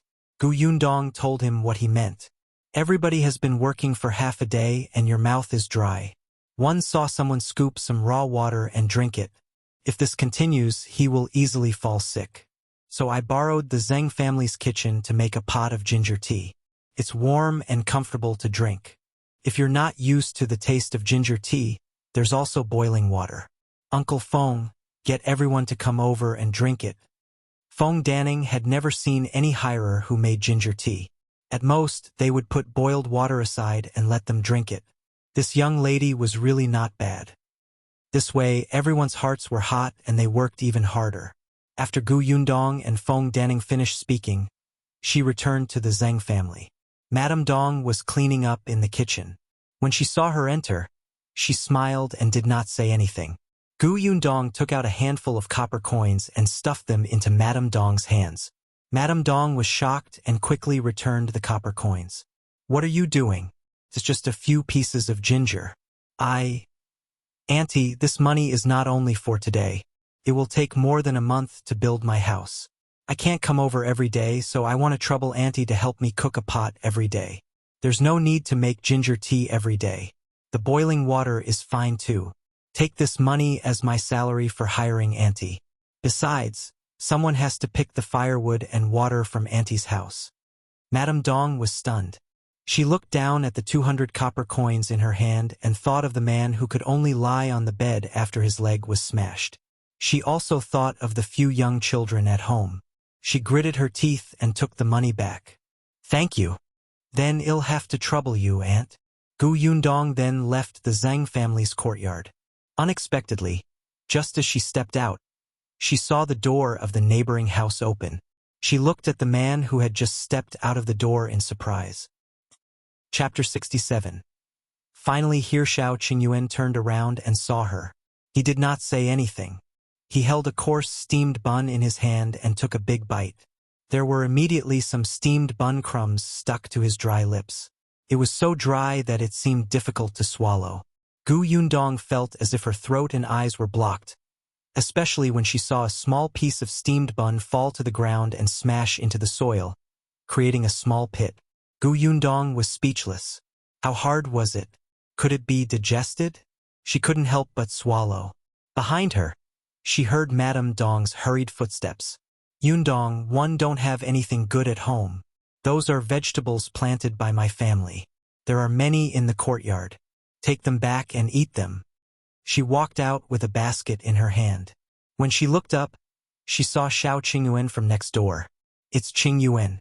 You didn't go out today? Why are you eating steamed buns again? How can you eat steamed buns every day? Come to Auntie's house to eat tonight.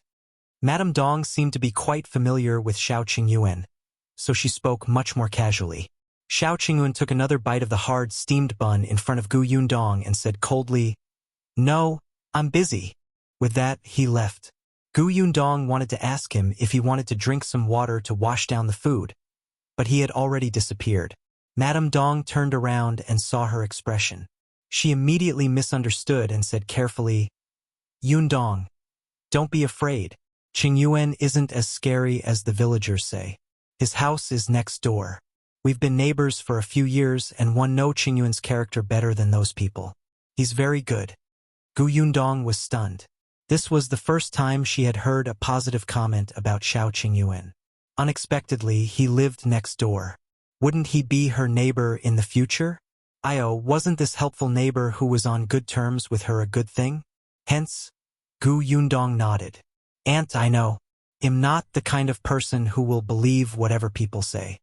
She took the basket from Madame Dong's hand. "I want stand on ceremony with the vegetables." Madame Dong heaved a sigh of relief. "Just take it. Come back after you're done eating them." Gu Yundong led the three of them back. When they passed by their homestead, they saw that the young men had stopped to rest and drink ginger tea. When she saw them, they immediately greeted her warmly and thanked her very much for the ginger tea. They expressed that their heart would feel warm after drinking it and that they would work hard to reassure her. Gu Yundong nodded and told them to be careful.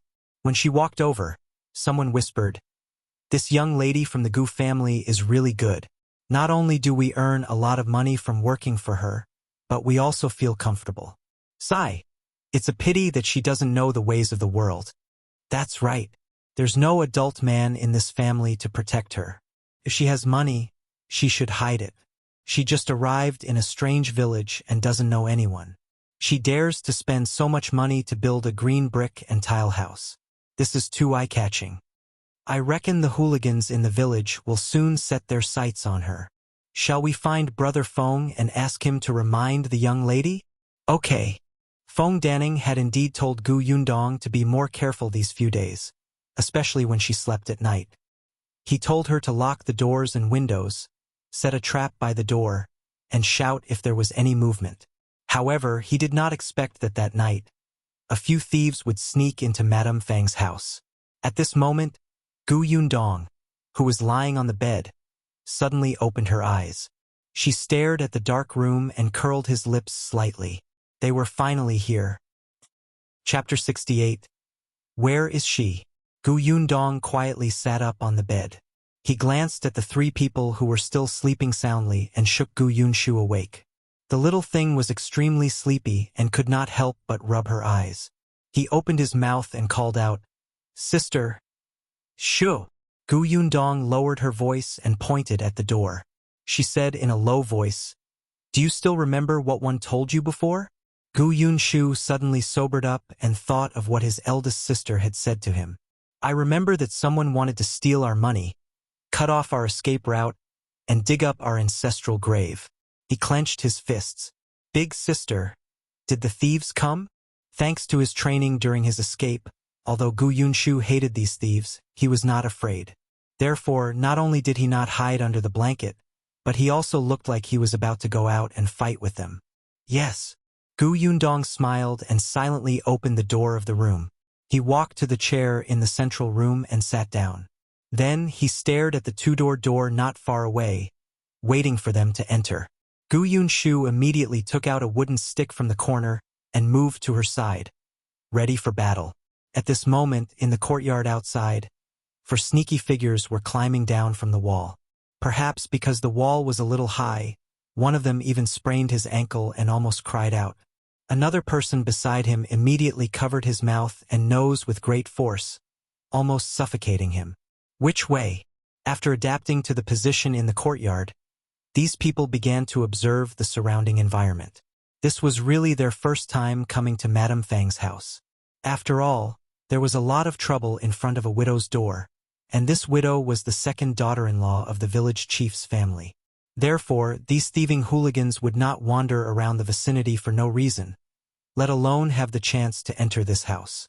Now that Madame Fang was not at home, there was a rich person living at home who did not have any backing. TSK, the prey had delivered themselves to their door. I've asked around. The Gu family of 4 lives in the room on the left. Okay, 111 go in with Big Chen and Zhuangzi in a while. Goshing, you stay outside and keep watch. Sure thing. Brother, I've asked around. The Gu family's house costs at least 70 to 80 taels. One reckons she's already given Feng Danning a few taels. The rest are probably in the room. Don't worry about the 2 children from the Gu family. The children are all sleeping soundly. When we go in later, we'll follow the usual rules. Big Chen and I will use daggers to take care of the 2 older ones. In case they wake up, we can threaten them not to make a sound. Brother, you will find the silver. When I think about how we're going to have dozens of taels of silver soon, I'm so excited that one want to go to the toilet. Good for you. Let me tell you, it's definitely not just a few dozen taels. Think about it. If you only have 70 to 80 taels, would you be willing to take them all out to build such a big green brick house? It's not like that a straw hut can't be lived in. I think it's at least a few hundred taels. Damn. I'm so excited that I want to go to the toilet. The few of them approached the central room excitedly. They did not know that Gu Yundong would dare to build a house worth 100 taels of silver when she did not even have 70 to 80 taels of silver. Gu Yundong heard the sound of footsteps approaching and also heard a faint groan. The corners of her lips curled up as she waited for these people to walk right into her trap. However, after waiting and waiting for a long time, the door was still not pushed open. Gu Yundong held the stick and almost fell asleep again. Gu Yundong finally lost her patience. He opened the door of the central room and looked out. Where was she? Chapter 69. Yes, he did it. The courtyard was cold and empty. Not to mention people, there was not even a shadow. If not for the fact that the footprints in the courtyard were especially messy under the moonlight, indicating that a few people had indeed approached this place just now, Gu Yundong would have suspected that the voices she had heard previously were all illusions. But why did the thieves who were still here just now disappear? Gu Yunshu ran out. Eldest sister? Why is there no one? Gu Yundong rubbed his chin and thought for a while. Could it be that they have other schemes? What? I don't know. Gu Yundong let him enter the house first. She went to the kitchen and toilet to check. There was indeed no one there, so he returned. Gu Yunshu hurriedly asked in a low voice, Eldest sister, have you found them? No, maybe they came here tonight to scout the area. That was all she could think of. But for the sake of caution, Gu Yundong did not sleep the entire night and was highly focused. Hence, when she went out the next day, there were obvious dark circles under her eyes.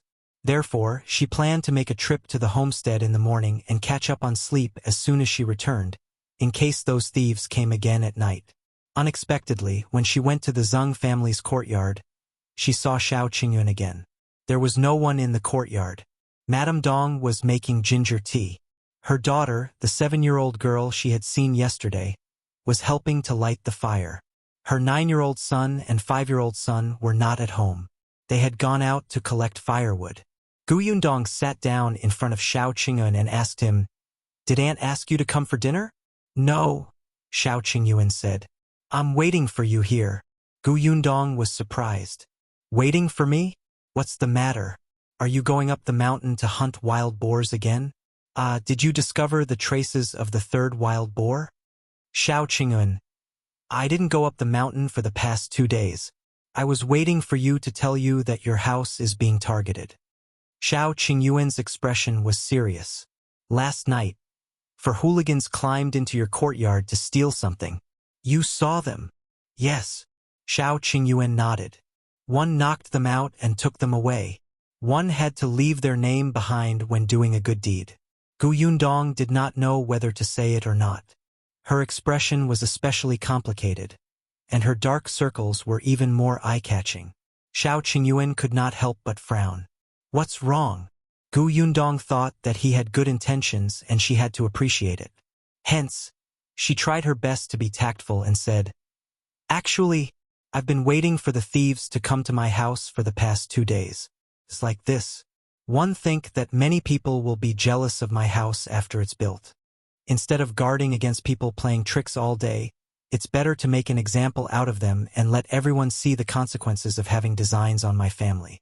Don't think that my family is easy to bully without an adult man. Last night, I sat in the central room, waiting for them."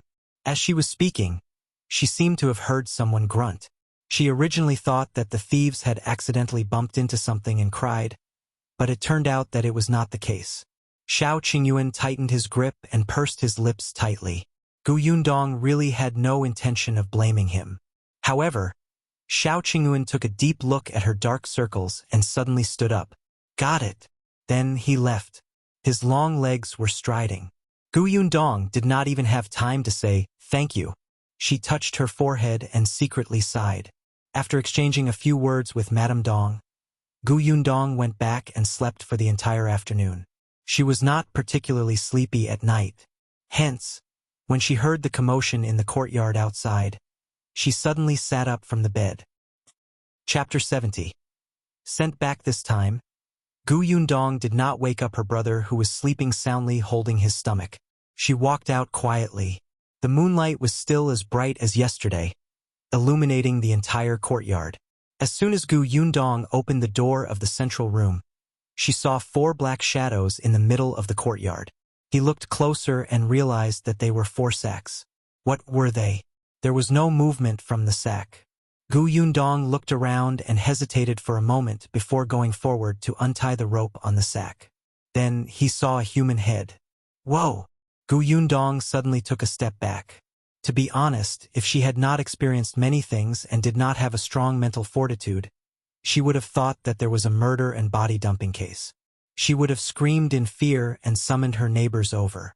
Who the F***ck left him here? Yundong cursed whoever did this. She calmed herself down and went forward again. Now that she took a closer look, the person in the sack was still covered with a black cloth. He looked like a thief? Yundong's eyes widened and she suddenly came back to her senses. She looked at the 4 sacks again. Wasn't that the number of people Qingyuan had told her? So these people were thrown here by Qingyuan? Yundong felt as if a mouthful of blood was stuck in her chest. She could not spit it out. Her head hurt. After a while, she went forward and patted the face of the person in the sack. Hey, wake up, wake up. Ugh. Zhuangzi opened his eyes in a daze. His mind was in a daze for a while.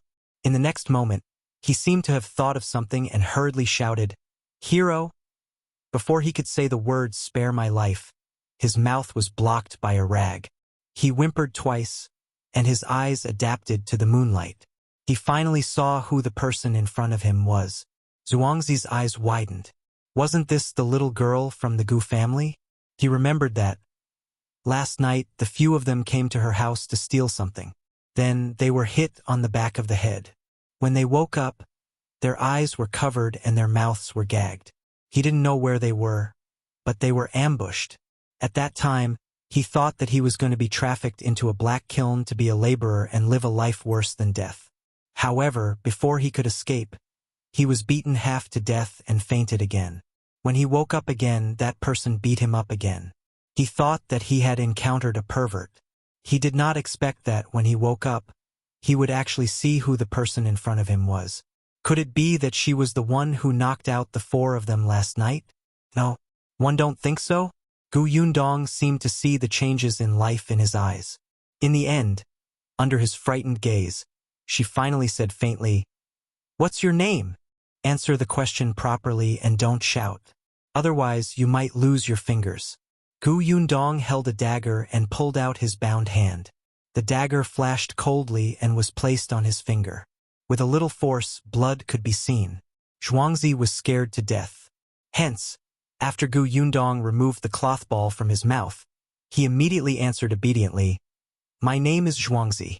You came to my house in the middle of the night to steal something, right?" Zhuangzi immediately shook his head and denied, "No, we were just passing by." Before he could finish speaking, he felt a sharp pain on his finger and hurriedly nodded. "We're here to steal. We saw that you can build such a big house, so you must be rich. There's no man in your family, so we can easily succeed. After that, you don't have anyone to trouble us. Other than me, there are Liangzi, Big Qian, and Goshing. Liangzi is our big brother." "That's right. Didn't you give me a clear explanation? 111 treat you better tomorrow." Gu Yundong smiled and put away the dagger. For some reason, Zhuangzi shuddered. Why? She was clearly a 13-year-old girl.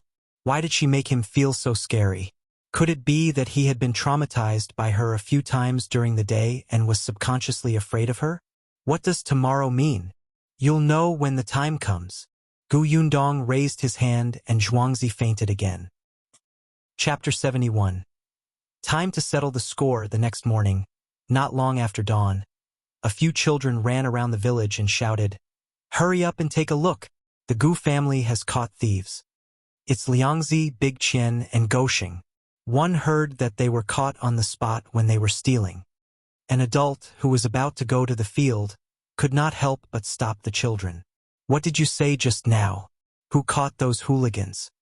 The children were still holding the candy in their hands.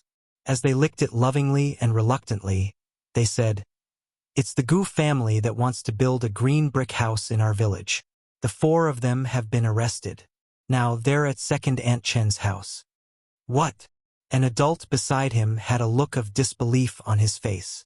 "Doesn't the Gu family not even have a strong laborer? They still have the ability to catch those hooligans? Don't tell me it's the opposite." "Let's go and take a look." "One don't think it's possible. Those bastards steal all day long. They're very skilled. They've never been caught on the spot."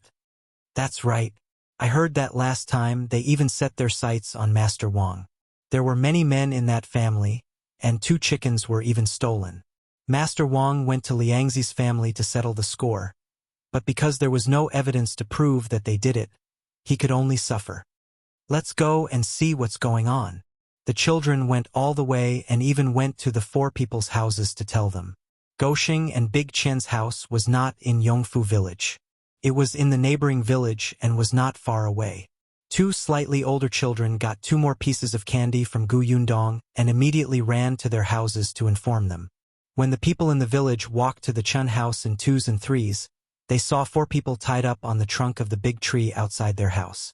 Wasn't it Liangzi and the others? There was a stool beside the tree, and Gu Yundong sat there eating melon seeds. Madame Yang and the others were not around. They should be in the house and had not come out. Everyone stopped in their tracks and did not dare to go forward. It was Feng Daning's wife, Lu Hohat, who came over from behind. She was the first to speak to her. "Yundong, what's going on? I heard that these 4 bastards went to your house to steal things and were caught red-handed by you. You caught them?" As Feng Daning was building a house for Gu Yundong, he was full of praise when he mentioned her at home. Lu Hohat had only seen Gu Yundong twice. Compared to the other people in the village who had never even spoken to her, she was more familiar with her. Gu Yundong gave her half of the melon seeds. "Auntie, eat them. I made them myself." Lu Hohat looked at the fragrant melon seeds in her hand in a daze. She could not help but eat one. Yes, it really smelled good. She could not be bothered to ask anymore and started eating. This scene made the onlookers who wanted to know the truth want to go up and hit her. "Eat, eat, eat. You haven't eaten melon seeds in half your life, right?" Gu Yundong looked around and immediately saw Liangzi and his family from afar. She stuffed the remaining melon seeds into Lu Hohat's hands and clapped her hands. She walked to the 4 of them and woke them up. "It's dawn. It's time to settle the score. Wake up." Zhuangzi was the first to open his eyes. When he saw her, he immediately felt his fingers begin to hurt. He immediately squeezed out a very ugly fawning smile. Liangzi was the second to wake up. The moment he opened his eyes, he saw that they were tied up. In front of him was Gu Yundong's harmless face. He immediately shouted angrily, "Stupid girl! Did you tie us up? Let go quickly or 111 sell you to a brothel." Chapter 72. Slander. Gu Yundong snorted and punched him in the stomach. Liangzi almost vomited. He widened his eyes and scolded with difficulty, "Stupid girl!" Liangzi's family, who had just run over, looked up and saw this scene. They immediately rushed up to hit her. "Where did this bitch come from? She just came to our village and dares to deal with our village. Do you think there's no one in our family?" The person who scolded him was Liangzi's mother, Jin Yuexiang. She was in her 40s and was running on her feet. The first to rush up and hit her was Liangzi's father, Hu Qianlai. His large palm slapped her head like a bowl. However, just as he arrived in front of Gu Yundong, he heard a sneer. Then, he felt a pain in his stomach and fell back 2 to 3 meters. Tisk!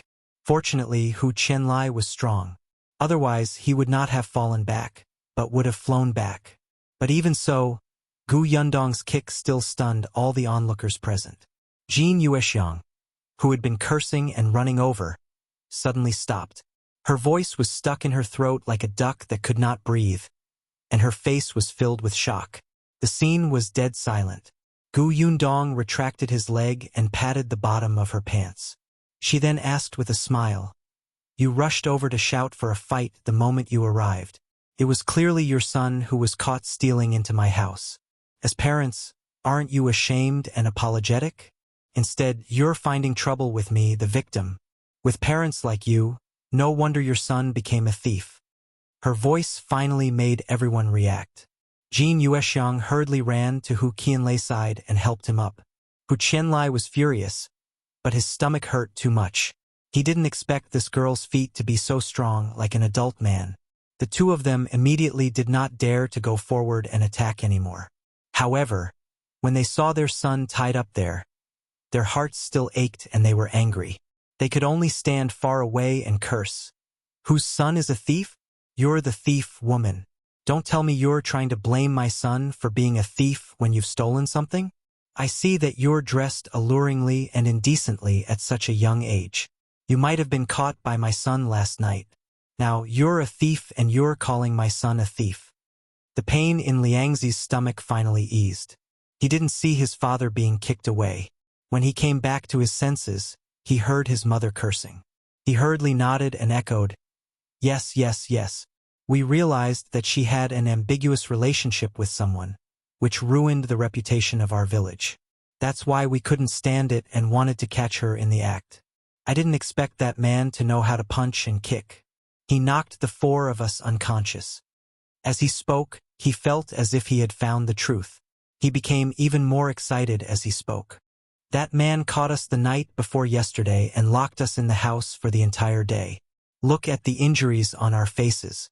This is how they came about. He wanted us to admit that we stole money." The more Liangzi spoke, the more he felt that this was the case. Otherwise, why would they faint the moment they entered the courtyard the night before? They had been hungry for the entire day yesterday and had been beaten up for the entire day. He did not believe that a little girl like Gu Yundong could do this. She definitely had a lover. However, what he said made sense. The surrounding villagers felt that it made sense and began to whisper to each other. On the other hand, Lu Ho-Hot spat out a melon seed shell on Liangzi's face. "Are you shameless? Who in our village doesn't know what kind of person you are? Everyone knows how sneaky you are.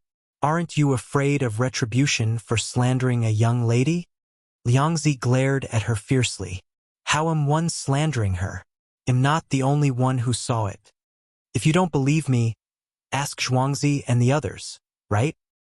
Chapter 73. Conditions for release. Liangzi looked at Zhuangzi from the corner of his eyes, indicating for him to speak quickly. Zhuangzi lowered his head slightly and whispered, "Stop talking." He had been woken up from the sack last night. He was different from Liangzi. There were still knife marks on his fingers. Gu Yundong's cold and sinister expression last night had left a deep impression in his heart. Seeing that he was not cooperating, Liangzi gritted his teeth in anger and shouted at Big Qian and Gosheng, "Tell me, did I say anything wrong? Did this brat get a wild man to knock us out last night and beat us up for the entire day? The two of them looked at each other and were about to answer when they were kicked by Zhuangzi. Although their bodies and hands were tied, their feet were free. Ouch! They both cried, momentarily at a loss for words. They were actually still a little confused. Why had they been knocked unconscious and tied up here? What was going on? Originally, they followed Liangzi's lead. Whatever Liangzi said, they would do. But now, Zhuangzi did not allow them to say anything. What was going on? With their hesitation and Lu Hohat's explanation, the villagers believed Gu Yundong. When Jin Yuexiang saw that everyone was pointing at them, she immediately jumped up. Liangzi is right. They went out the night before last and didn't come back. She must have beaten them up for the entire day. My poor son. Just because the two of us doted on him and didn't let him work, his reputation in the village is bad. Now that he finally did a good deed, no one believes him. Stupid girl, little slut, quickly let my son go. A shoe had appeared in Gu Yundong's hand. She walked to Liangzi and raised her hand to slap him. Jin Yuexiang screamed, "What are you doing?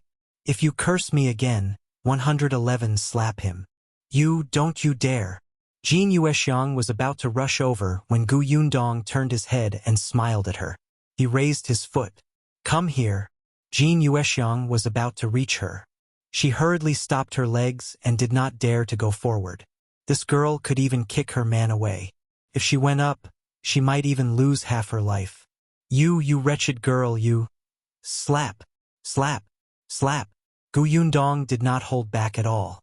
"Come, continue." Jin Yuexiang saw that blood was flowing from the corner of her son's mouth and was so angry that her body was trembling. She couldn't care less and pounced on her. Gu Yundong did as she promised and kicked her. "Come up and try again." She raised her eyebrows at Hu Qianlai and glanced at the families of the others who rushed over. Hu Qianlai looked at the old woman who was screaming and did not dare to move. Zhuangzi's parents had actually arrived earlier, but the two of them were honest.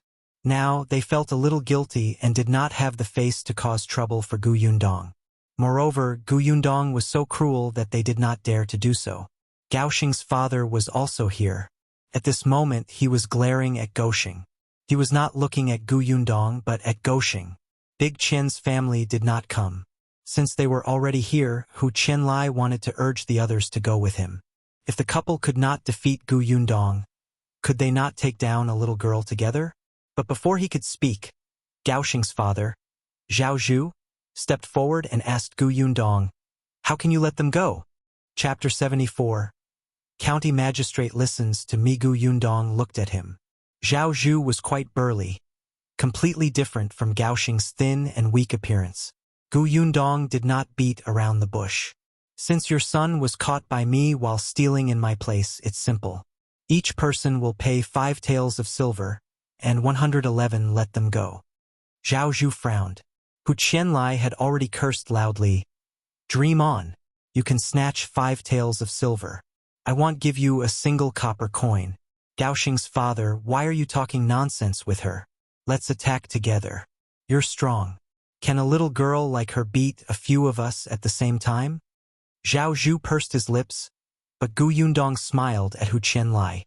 "I think you've forgotten who 1 a.m. As she spoke, she glanced around. These words were not meant for Hu Qianlai and the others, but for everyone in the village. One fled from Yongning Prefecture to Xuanhe Prefecture and then to Yongfu Village. On the way to Yongning Prefecture, thieves ran rampant, refugees were everywhere, corpses were everywhere, and people ate each other's children. I saw more dead people on the way than the villages here combined. But now, I'm standing here unscathed with surplus food and my mother and siblings. What do you think I relied on?" Everyone present fell silent.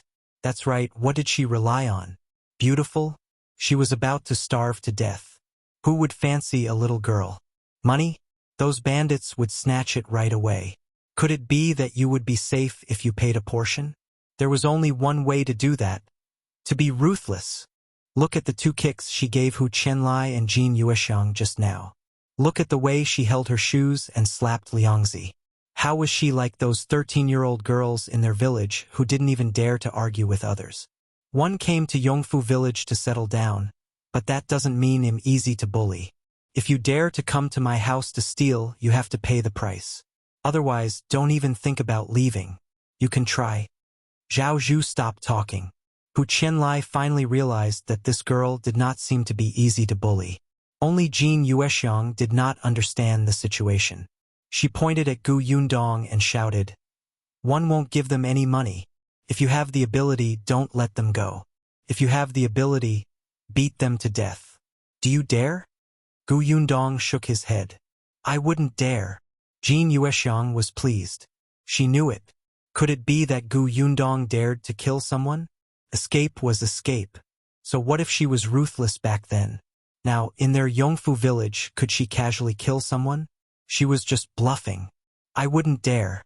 Since you don't want to pay, they'll beat you up again and report you to the authorities," Gu Yundong said coldly. The smile on Jin Yuexiang's face froze. "Report to the authorities? Are you crazy?" The commoners were not willing to interact with the government. Entering the government office was not as simple as losing a layer of skin. At that time, it would not be something that could be resolved with 5 taels of silver. That's right. Report it to the officials. When the time comes, let the county magistrate beat them up. They've been stealing for so long. They might be tortured dozens of times to extract a confession. They might be able to spit out a lot of things. When the judgment comes later, you'll have to compensate for everything that has been lost in the village over the years. Jin Yuexiang's expression changed slightly. You're saying that the county magistrate will beat them as you say? As if the county magistrate will listen to you. Let me tell you, if you report it to the officials, you won't be able to gain anything. Gu Yundong raised her eyebrows. How do you know that the county magistrate won't listen to me? Everyone present was stunned. No, it couldn't be, right? Could it be that Gu Yundong knew the county magistrate? After all, this person was not a local.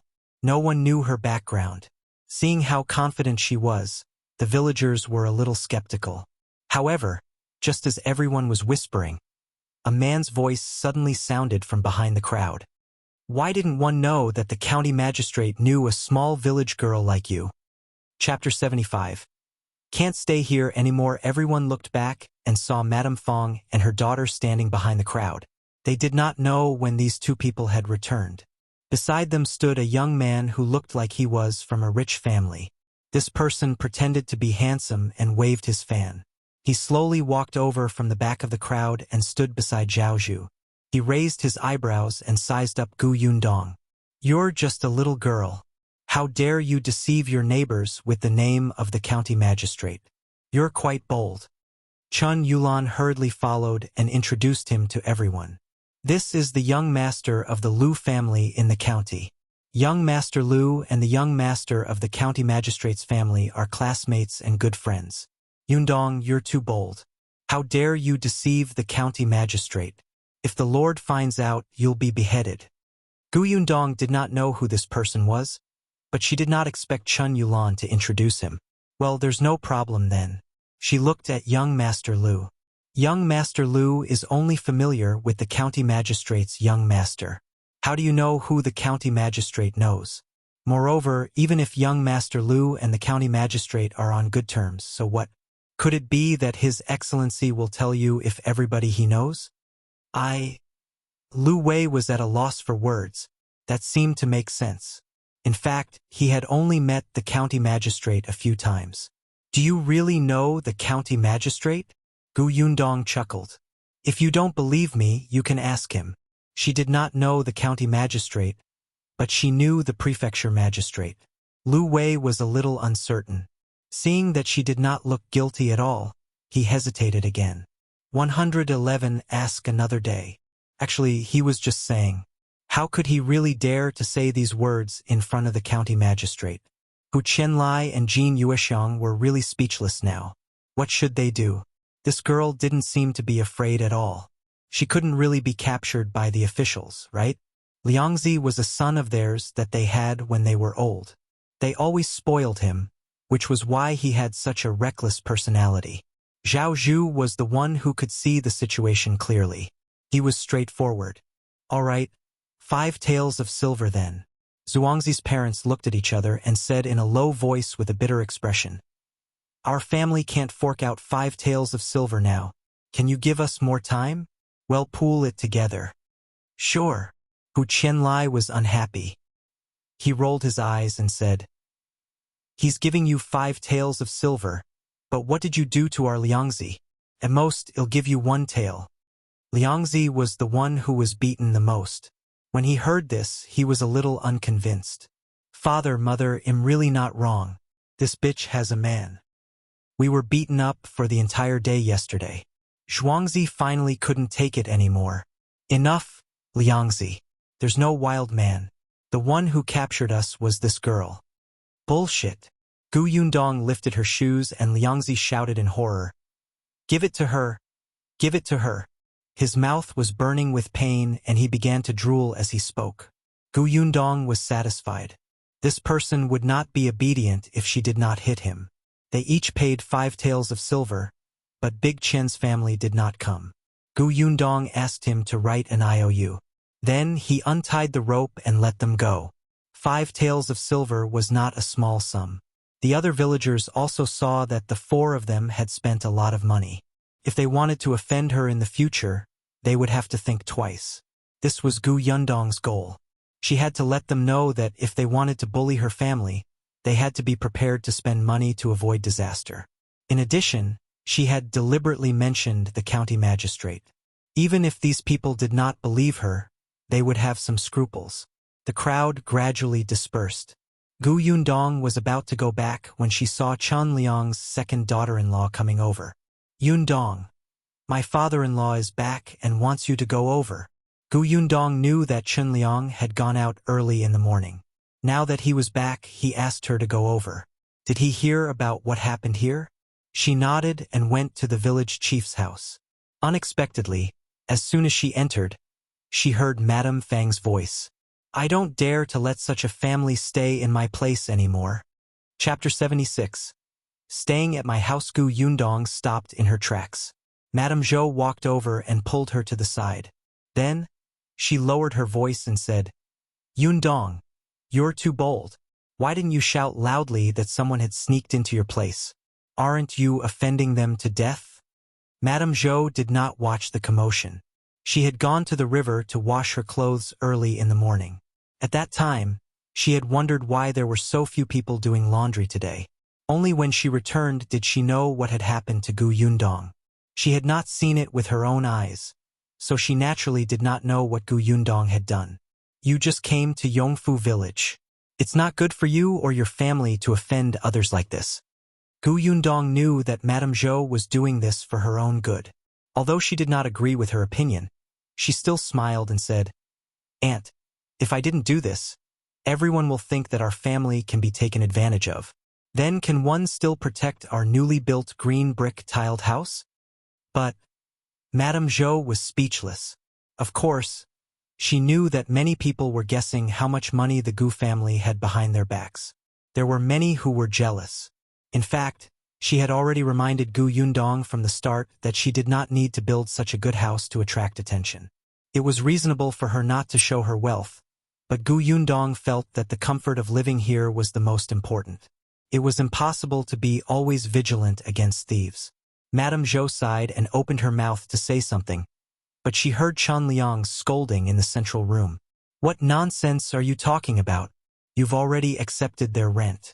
How can you change what you agreed on so easily? If you don't let people live now, where can the Gu family move to?" Gu Yundong nodded to Madame Zhou and walked straight into the central room. In addition to Madame Fang, there was also Chen Yulan and Chen Liang's second son in the house. The Lu family's young master, who had come with Madame Fang and her daughter, was not around. Madame Fang was still a little afraid of Chen Liang, so her voice immediately weakened. "But look at what Gu Yundong has done. If she wasn't too ostentatious, how could she have provoked the thief? I don't even know if I have any less things in my house. Moreover, she offended Hu Liang today. What if he comes to take revenge another day?" Chen Yulan also said from the side, "That's right, uncle.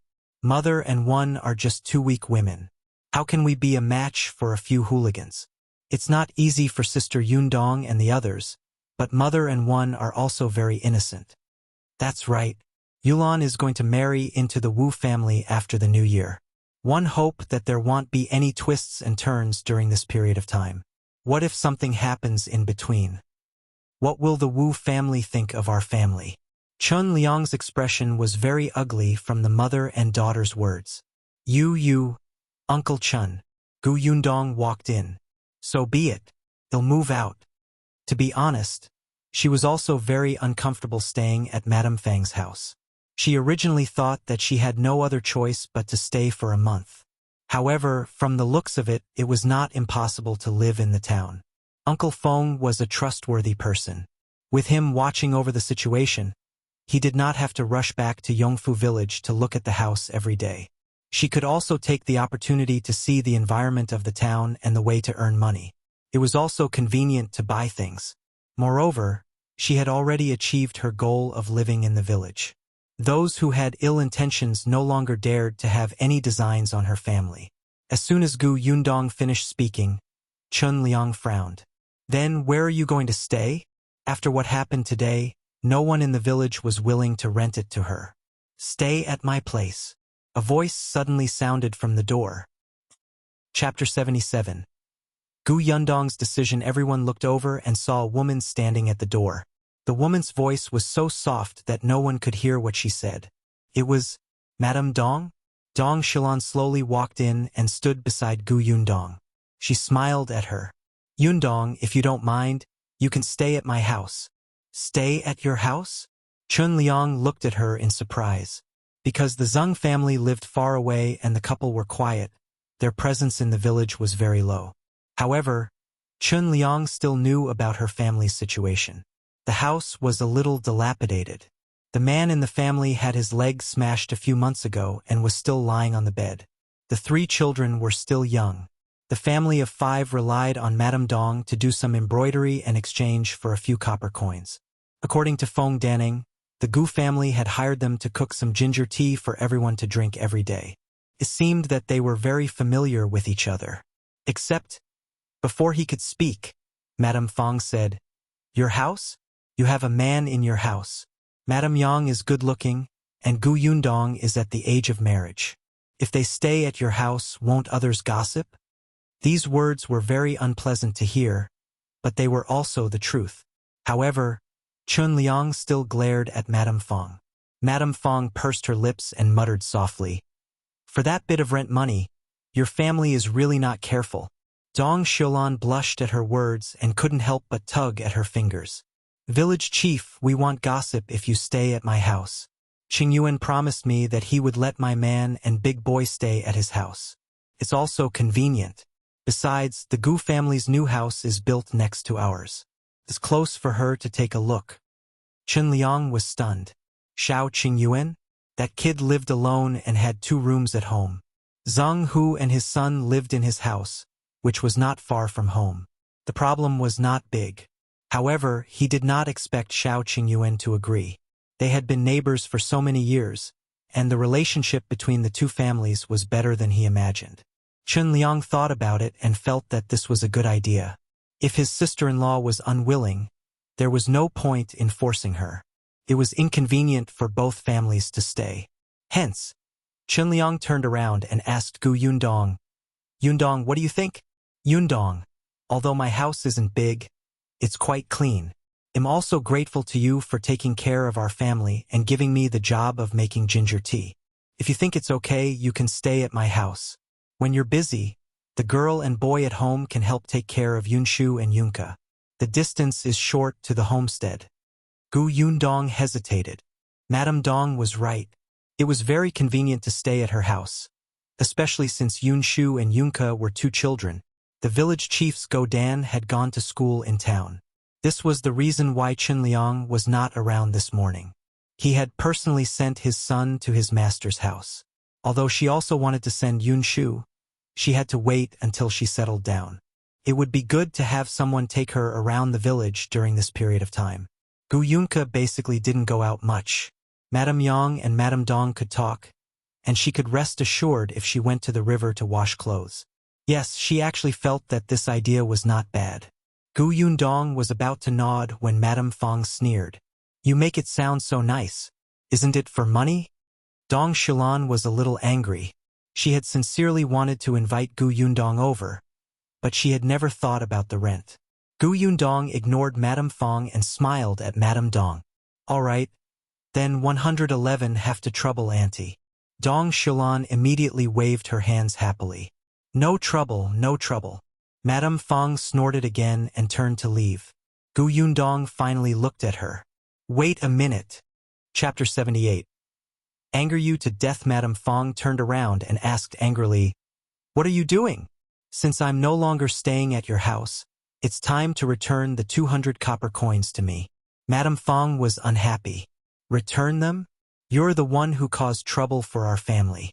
Those 200 copper coins aren't even enough to compensate us.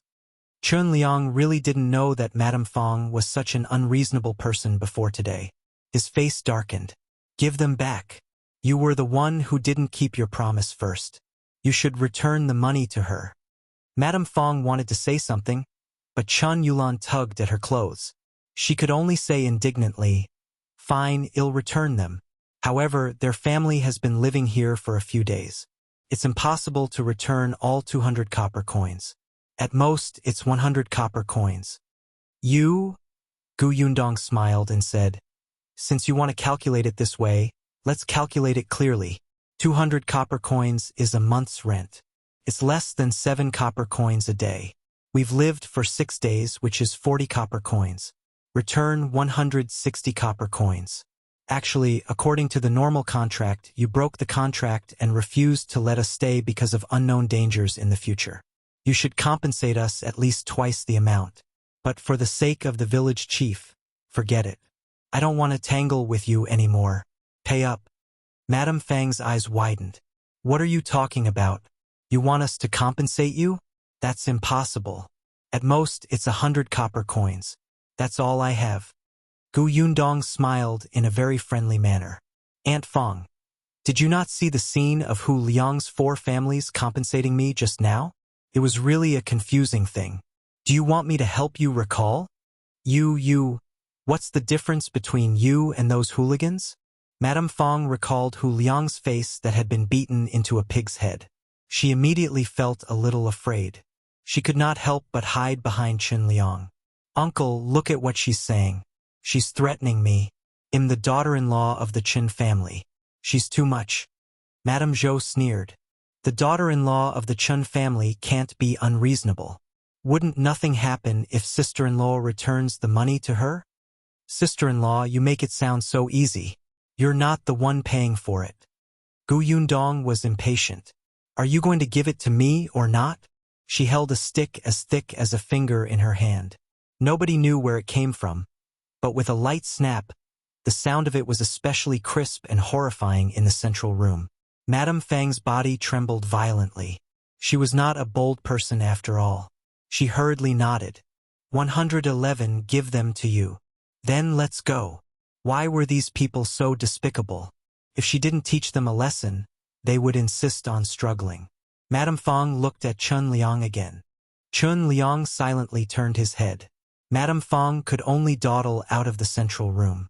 When they returned home, Madame Fong asked Gu Yundong to move out quickly. Gu Yundong did not have many things. There were only 2 baskets and a big bag. She put the rest of the things in her spatial storage and tidied them up. Madame Dong followed over and helped carry a basket. When Gu Yundong and the others were about to leave, Madame Fong reluctantly took out 160 copper coins and handed them to her. Here, don't say that I took advantage of you. How unlucky. Hurry up and leave. Gu Yundong took the money and turned to Madame Dong. Auntie, take these 160 copper coins and buy some vegetables and meat. We'll cook a good meal tonight and treat it as a celebration. Madame Dong originally thought that she was going to pay the rent. She did not want to accept it. When she heard that it was to buy groceries and meat, she hurriedly said, All right, 111, buy it. Madame Fong was speechless and furious. Chapter 79. Moving. Gu Yundong led Madame Yang and the other 2 to the Zeng house. Zeng Hu and his son had already moved into Shao Qingyuan's house. There were only 7-year-old Zhang Yu and 5-year-old Zhang Lu at home. The siblings were very happy to see them. One of them helped carry the luggage, while the other ran to Gu Yunshu's side and rubbed his head innocently, calling him brother.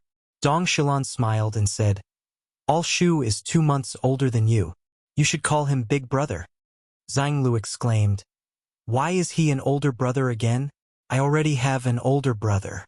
Can't I call him younger brother?" Gu Yunshu shook his head and sighed mischievously. "It's my fault for being too hard-working. I came to this world 2 months earlier than you.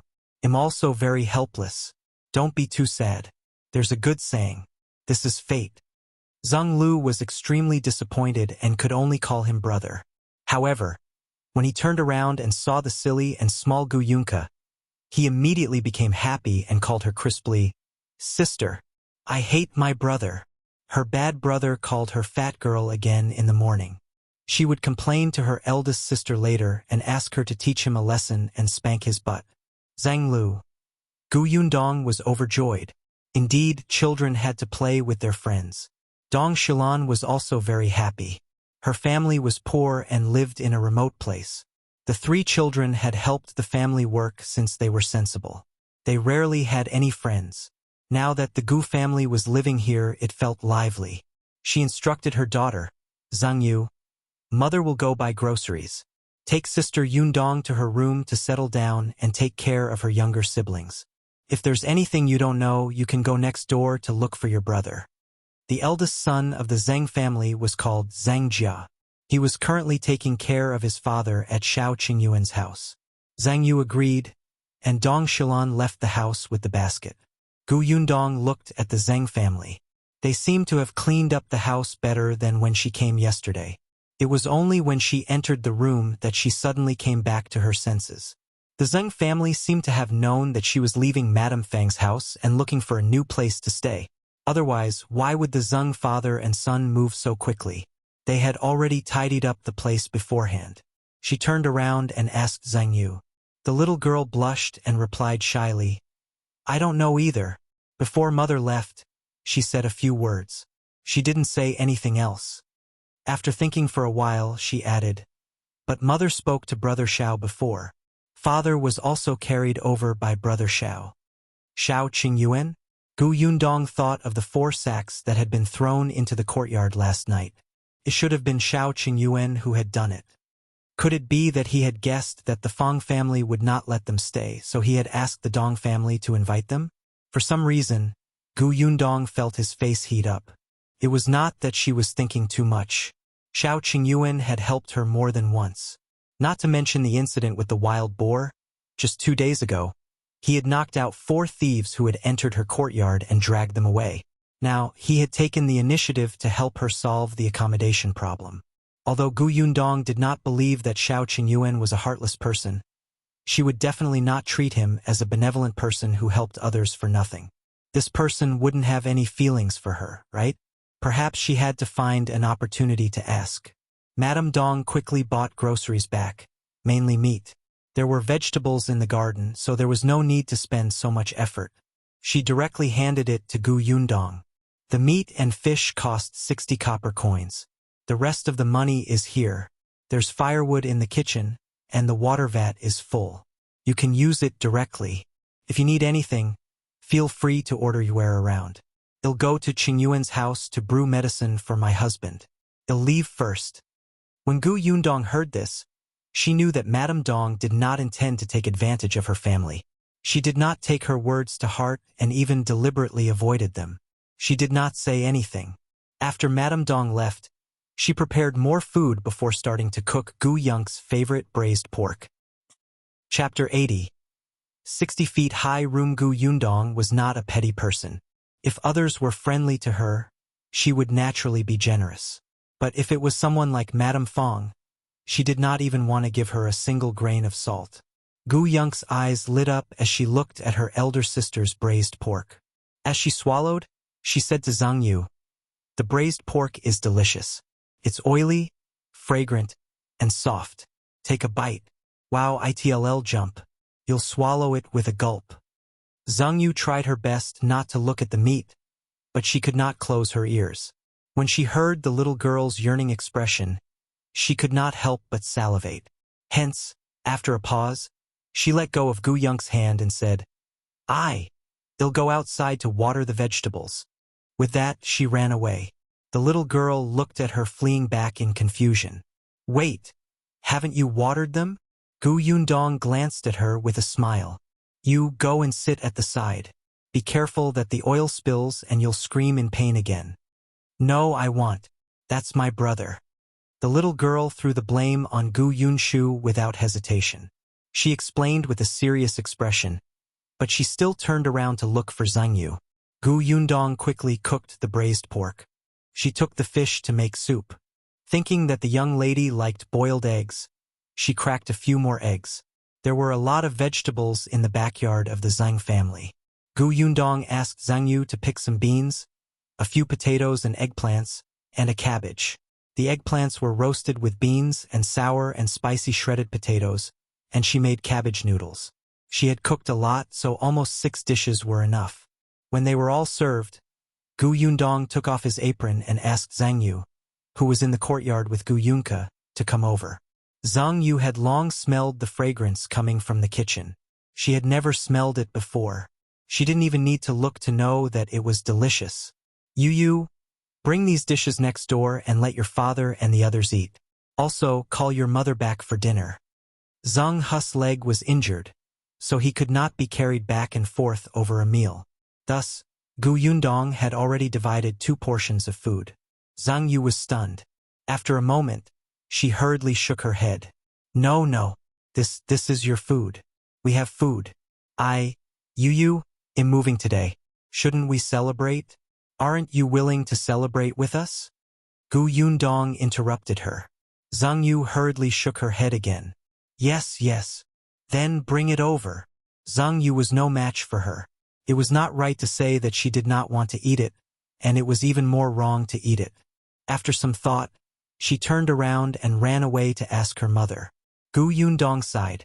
She was in a difficult position because she liked to take advantage of others. She was also in a difficult position because she was unwilling to take advantage of others. Life was so difficult. She simply went out to call Gu Yunshu. This kid and Zeng Lu were watching people build houses at the edge of the homestead. At the same time, she introduced Zeng Lu to where his room was. Even if he was spouting nonsense, and his finger was pointing at a wrong place, Zeng Lu nodded repeatedly, indicating that this little brother who was 2 months older than him was amazing. When Gu Yundong went to call him, Gu Yunshu was still unsatisfied and was saying that his room was 60 feet tall. Gu Yundong staggered and almost fell to the ground. 60 feet was 20 meters. How could you be so capable?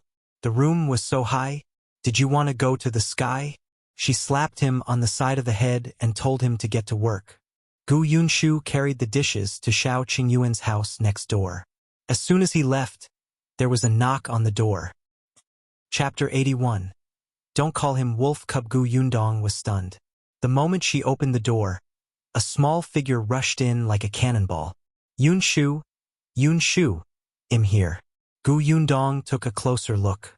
Wasn't this Chun Liang's grandson? Nyodan ran in but did not see anyone.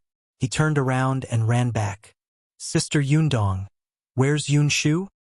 "He went next door." "Then I'll go find him." After saying that, Nyodan ran away. He took a step out of the door and hurriedly stopped. As if he had thought of something, he slowly turned his head and looked at her. He asked carefully, "Next door, is it that wolf cub's house?" Gu Yundong felt that education had to start from a child, especially since this child was close to her younger brother, so she corrected him. "His name is Shao Qingyuan, not Wolf Cub. Nyodan, you can call him Brother Shao or Shao Qingyuan." "But everyone called him that." "Call him Brother Shao." Nyodan immediately changed his words. "Then I'll call you Brother Shao too." "Good boy." "Then is that Brother Shao's house next door?" 1-to-1 don't dare to go," Nyodan said aggrievedly. Gu Yundong shrugged. "Shu will be back soon. Then I'll wait for him at home." Nyodan returned and walked towards the kitchen. He had smelled it just now. The kitchen smelled so fragrant. He wondered what it was. Unexpectedly, as soon as he walked into the kitchen, he saw a small figure leaning on the table with a spoon. She was staring at the plate of meat in the middle, her little nose twitching as she tried to smell it. Yundong also sniffed hard twice. When they saw the dishes on the table, they almost drooled. He quickly walked over and asked Qingyuan, "If you want to eat, why don't you do it?" Qingyuan did not even turn around. Eldest sister said that before everyone is here, we can't eat yet. Otherwise she'll slap my hand.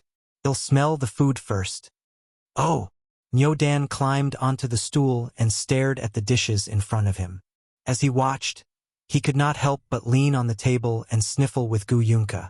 When Gu Yunshu returned from delivering the vegetables, he heard from his eldest sister that Yundong had come to look for him in the kitchen. He quickly brought Zeng Lu in. Unexpectedly, as soon as he entered, he saw two little heads lying on the edge of the table, taking deep breaths with an intoxicated expression.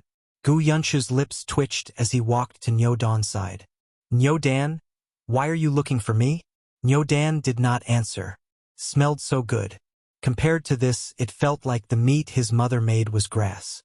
Gu Yunshu simply pulled him off the stool. "Yundong, why are you looking for me?" "I want to eat braised pork," Yundong replied subconsciously. Gu Yunshu exclaimed, "Huh!" Yundong suddenly reacted. He wiped the saliva that almost flowed out and hurriedly said, I came to tell you that I was praised by Sir today." "What for?" Yundong chuckled. "I know all the words that Sir taught me today. It's the ones you taught me 2 days ago. Sir said that I was especially smart and talented. So when one came back, I didn't even go home. One came straight to look for you." Actually, Chunliang also knew how to read. He had taught him before sending Yundong to school, but Yundong could not remember anything. If he learned something today, he would forget it tomorrow. It was not until he played with Gu Yunshu 2 days ago and talked about school that he learned a few words. Needless to say, the two children really learned. Gu Yunshu was also very happy. "Then study hard. Don't let Sir down." Yes. Then shouldn't we eat braised pork to celebrate such a happy day today?" Gu Yunshu. Chapter 82. What a tragic Mandong Shilan and her daughter returned later. They were also quite helpless. They did not expect Gu Yunshu to be so good at talking. Big Sister was rarely happy today. If they did not eat, it would ruin Big Sister's good mood. Big Sister had said that if he did not complete the mission and called them back, he would not come back to eat. Coupled with Shao Qingyuan's persuasion, Dong Shilan could not be pretentious anymore. Moreover, although she was next door previously, the fragrance coming from the kitchen was really too alluring. The mother and daughter were quite embarrassed, especially when Gu Yundong asked her younger brother to bring food to the husband. The food looked better than the restaurants in town. They had never tried it before. Yundong was also very happy. He had been praised by Master and could eat delicious food when he came back. He was simply too happy. After the meal, Madame Dong rushed to clean up the dishes, and Gu Yundong let her be. When the sky turned completely dark, Shao Qingyuan came over with the washed dishes. Gu Yundong was pouring water in the kitchen and preparing to wash his face. She was alone, so when he came in, the two of them bumped into each other. Upon seeing him, Gu Yundong immediately thought of the previous problem.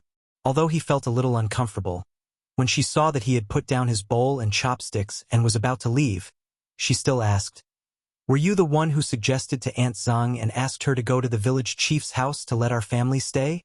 Shao Qingyuan had always felt that one had to leave their name behind when doing a good deed. Otherwise, he would not have done it so obviously. Hence, he nodded. "Yes."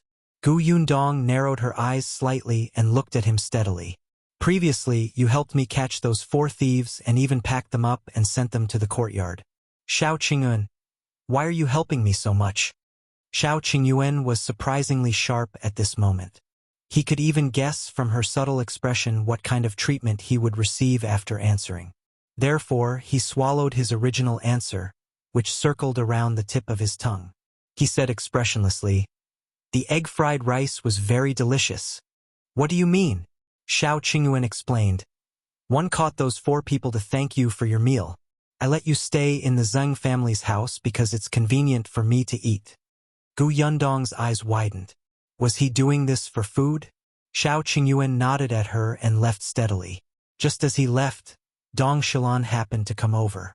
She looked at his back in surprise and asked suspiciously, "Did Qingyuan say something to you?" She came over because she heard voices in the kitchen.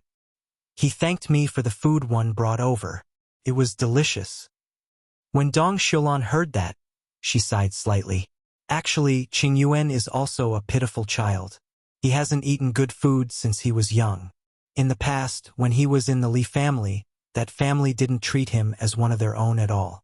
Later, he moved out with old man Li and lived a hard life. Isn't he making money now? Yes, he can earn money, but Qingyuan doesn't know how to cook. Last time, he tried to cook porridge, but the kitchen was half burned. Later, his kitchen was deserted. One asked him to come to my house to eat, but he didn't come. He only came once every 10 times I called him. Actually, even if he came, my culinary skills can't even compare to half of yours. He goes to town every 2 to 3 days and buys a large bag of steamed buns and pancakes. He can eat them for 3 to 5 days before buying them again. Yundong was stunned. She recalled the last time she saw him nibbling on a dry steamed bun.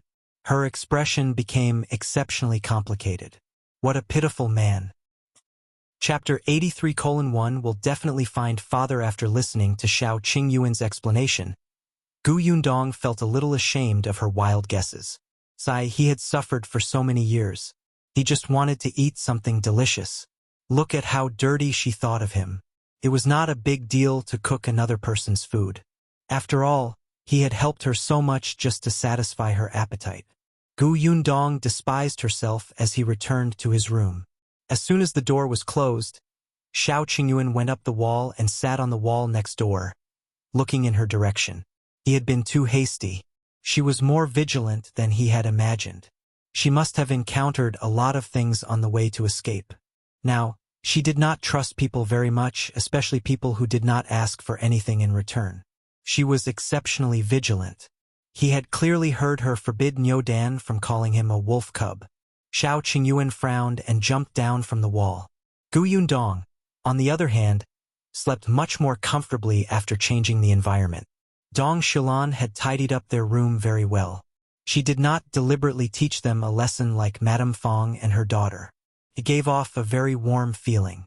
However, in the middle of the night, she was woken up by a low cry. Yundong suddenly opened his eyes and looked around. He realized that it was his mother, Madame Yang, who was crying. She was stunned for a moment before she quickly went to Madame Yang's side and called her softly, "Mother, mother, are you feeling unwell?" Due to her intelligence, Madame Yang's emotions did not fluctuate much. Unless she was hurt, she would not cry. Yundong called her for a long time, but Madame Yang seemed to be possessed. She refused to wake up no matter what. There were even 2 streaks of tears at the corners of her eyes. Yundong was afraid that something was wrong with her head. She raised her voice and pinched her nose. "Mother, wake up. Mother?" Yunshu was woken up. He rubbed his eyes and immediately woke up when he saw the situation. "Big sister, what's wrong?" Yundong could not be bothered to answer his question. He pinched her nose and Madame Yang finally woke up. She looked at Yundong in a daze and suddenly hugged her. "Dajiang, Dajiang, woo-woo. Dajiang? Dajiang?" Yundong did not expect her mother to dream of Dajiang and cry so miserably. She thought that her mother's intelligence was only at the age of 4 or 5 and that she would no longer understand the relationship between a man and a woman. But now it seemed that she had taken it for granted. Yundong allowed her mother to hug her. She patted her back and comforted her softly. It's all right, you had a nightmare. You'll be fine when you wake up." Madame Yang was crying uncontrollably. However, she was not wailing. Instead, she seemed to be trying her best to suppress her cries. However, this made other people's hearts ache even more. Yunshu, who was at the side, was quickly moved. He also wiped the corners of his eyes with his hand. "Eldest sister, mother dreamed of father. Is it because something happened to father and mother cried?" "Eldest sister, I don't want father to encounter anything. One miss father. Can we still see father in the future? Yundong pursed his lips. After a moment he said firmly, we will see him. Tomorrow one will ask someone to find out. If there's no news, one will personally go to Qingyuan prefecture to look for him after the house is built. Yundong wanted to see her father dead or alive. Although it was hard to predict whether he would live or die on the way to escape, Yundong was still unwilling to give up if she did not work hard. The next day, Yundong planned to make a trip to the county. However, as soon as she went out, she saw Feng Danning looking at her with a guilty expression. Yundong, Uncle Feng has let you down. Chapter 84. A word. Yundong raised his eyes and looked behind Feng Danning. The people who came to work at her homestead were already busy at this time in the past. But now they had stopped and were looking over worriedly. What happened? Yundong's expression turned grave. Feng Danning lowered his head slightly and wiped his rough face. His hands were trembling. Yesterday, my senior brother came to look for me and saw the blueprints you gave me at my house. I didn't expect him to secretly roll them up and take them away. He even gave them to the Peng family in the county. You know the Peng family, right? Yundong shook her head. She had just arrived. Not to mention the Peng family in the county, even more than half of the people in the village were strangers to her. Feng Danning explained the situation of the Peng family to her. The Peng family was the local tyrant of Fengkai County. They were a big family in the county. Their ancestors had been in the cloth business since the beginning. In the entire Fengkai County, all the cloth shops that were worth mentioning belonged to his family. Even those scattered small shops more or less had some business dealings with the Peng family. Most importantly, the Peng family had an uncle who became an official in the capital. This caused the Peng family's status in Fengkai County to rise even more. Even the Peng family's disciples could do whatever they wanted. The senior brother that Feng Danning mentioned was the second young master of the Peng family, Peng Zhongfei. Actually, even though he was his senior brother, it was only during the 2 years that Feng Danning was in the prefecture capital. They were brought up by the same foreman, and they did not have much friendship. Moreover, his senior brother Chang Fu boasted that he was from the county and did not think much of Feng Danning. After the prefectural city, there was too little contact between them. Unless he needed his help, he would never be enthusiastic. Yesterday, he had come over early in the morning to borrow money from Feng Danning.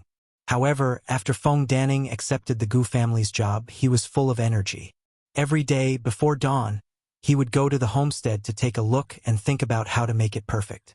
As for his wife, Lu Hohat, she was watching Yundong deal with the 4 thieves at the entrance of the Feng family's house while munching on melon seeds. Therefore, when Chang Fu came over, only his 8-year-old son was guarding the door. His son knew Chang Fu. After letting Chang Fu in to drink water, he ran to the homestead to call Feng Danning back. In the countryside, this was how the uncles were treated. Unexpectedly, when he went to call his father, Chang Fu looked around and saw that the door of the main house was only ajar. He immediately pushed open the door and entered.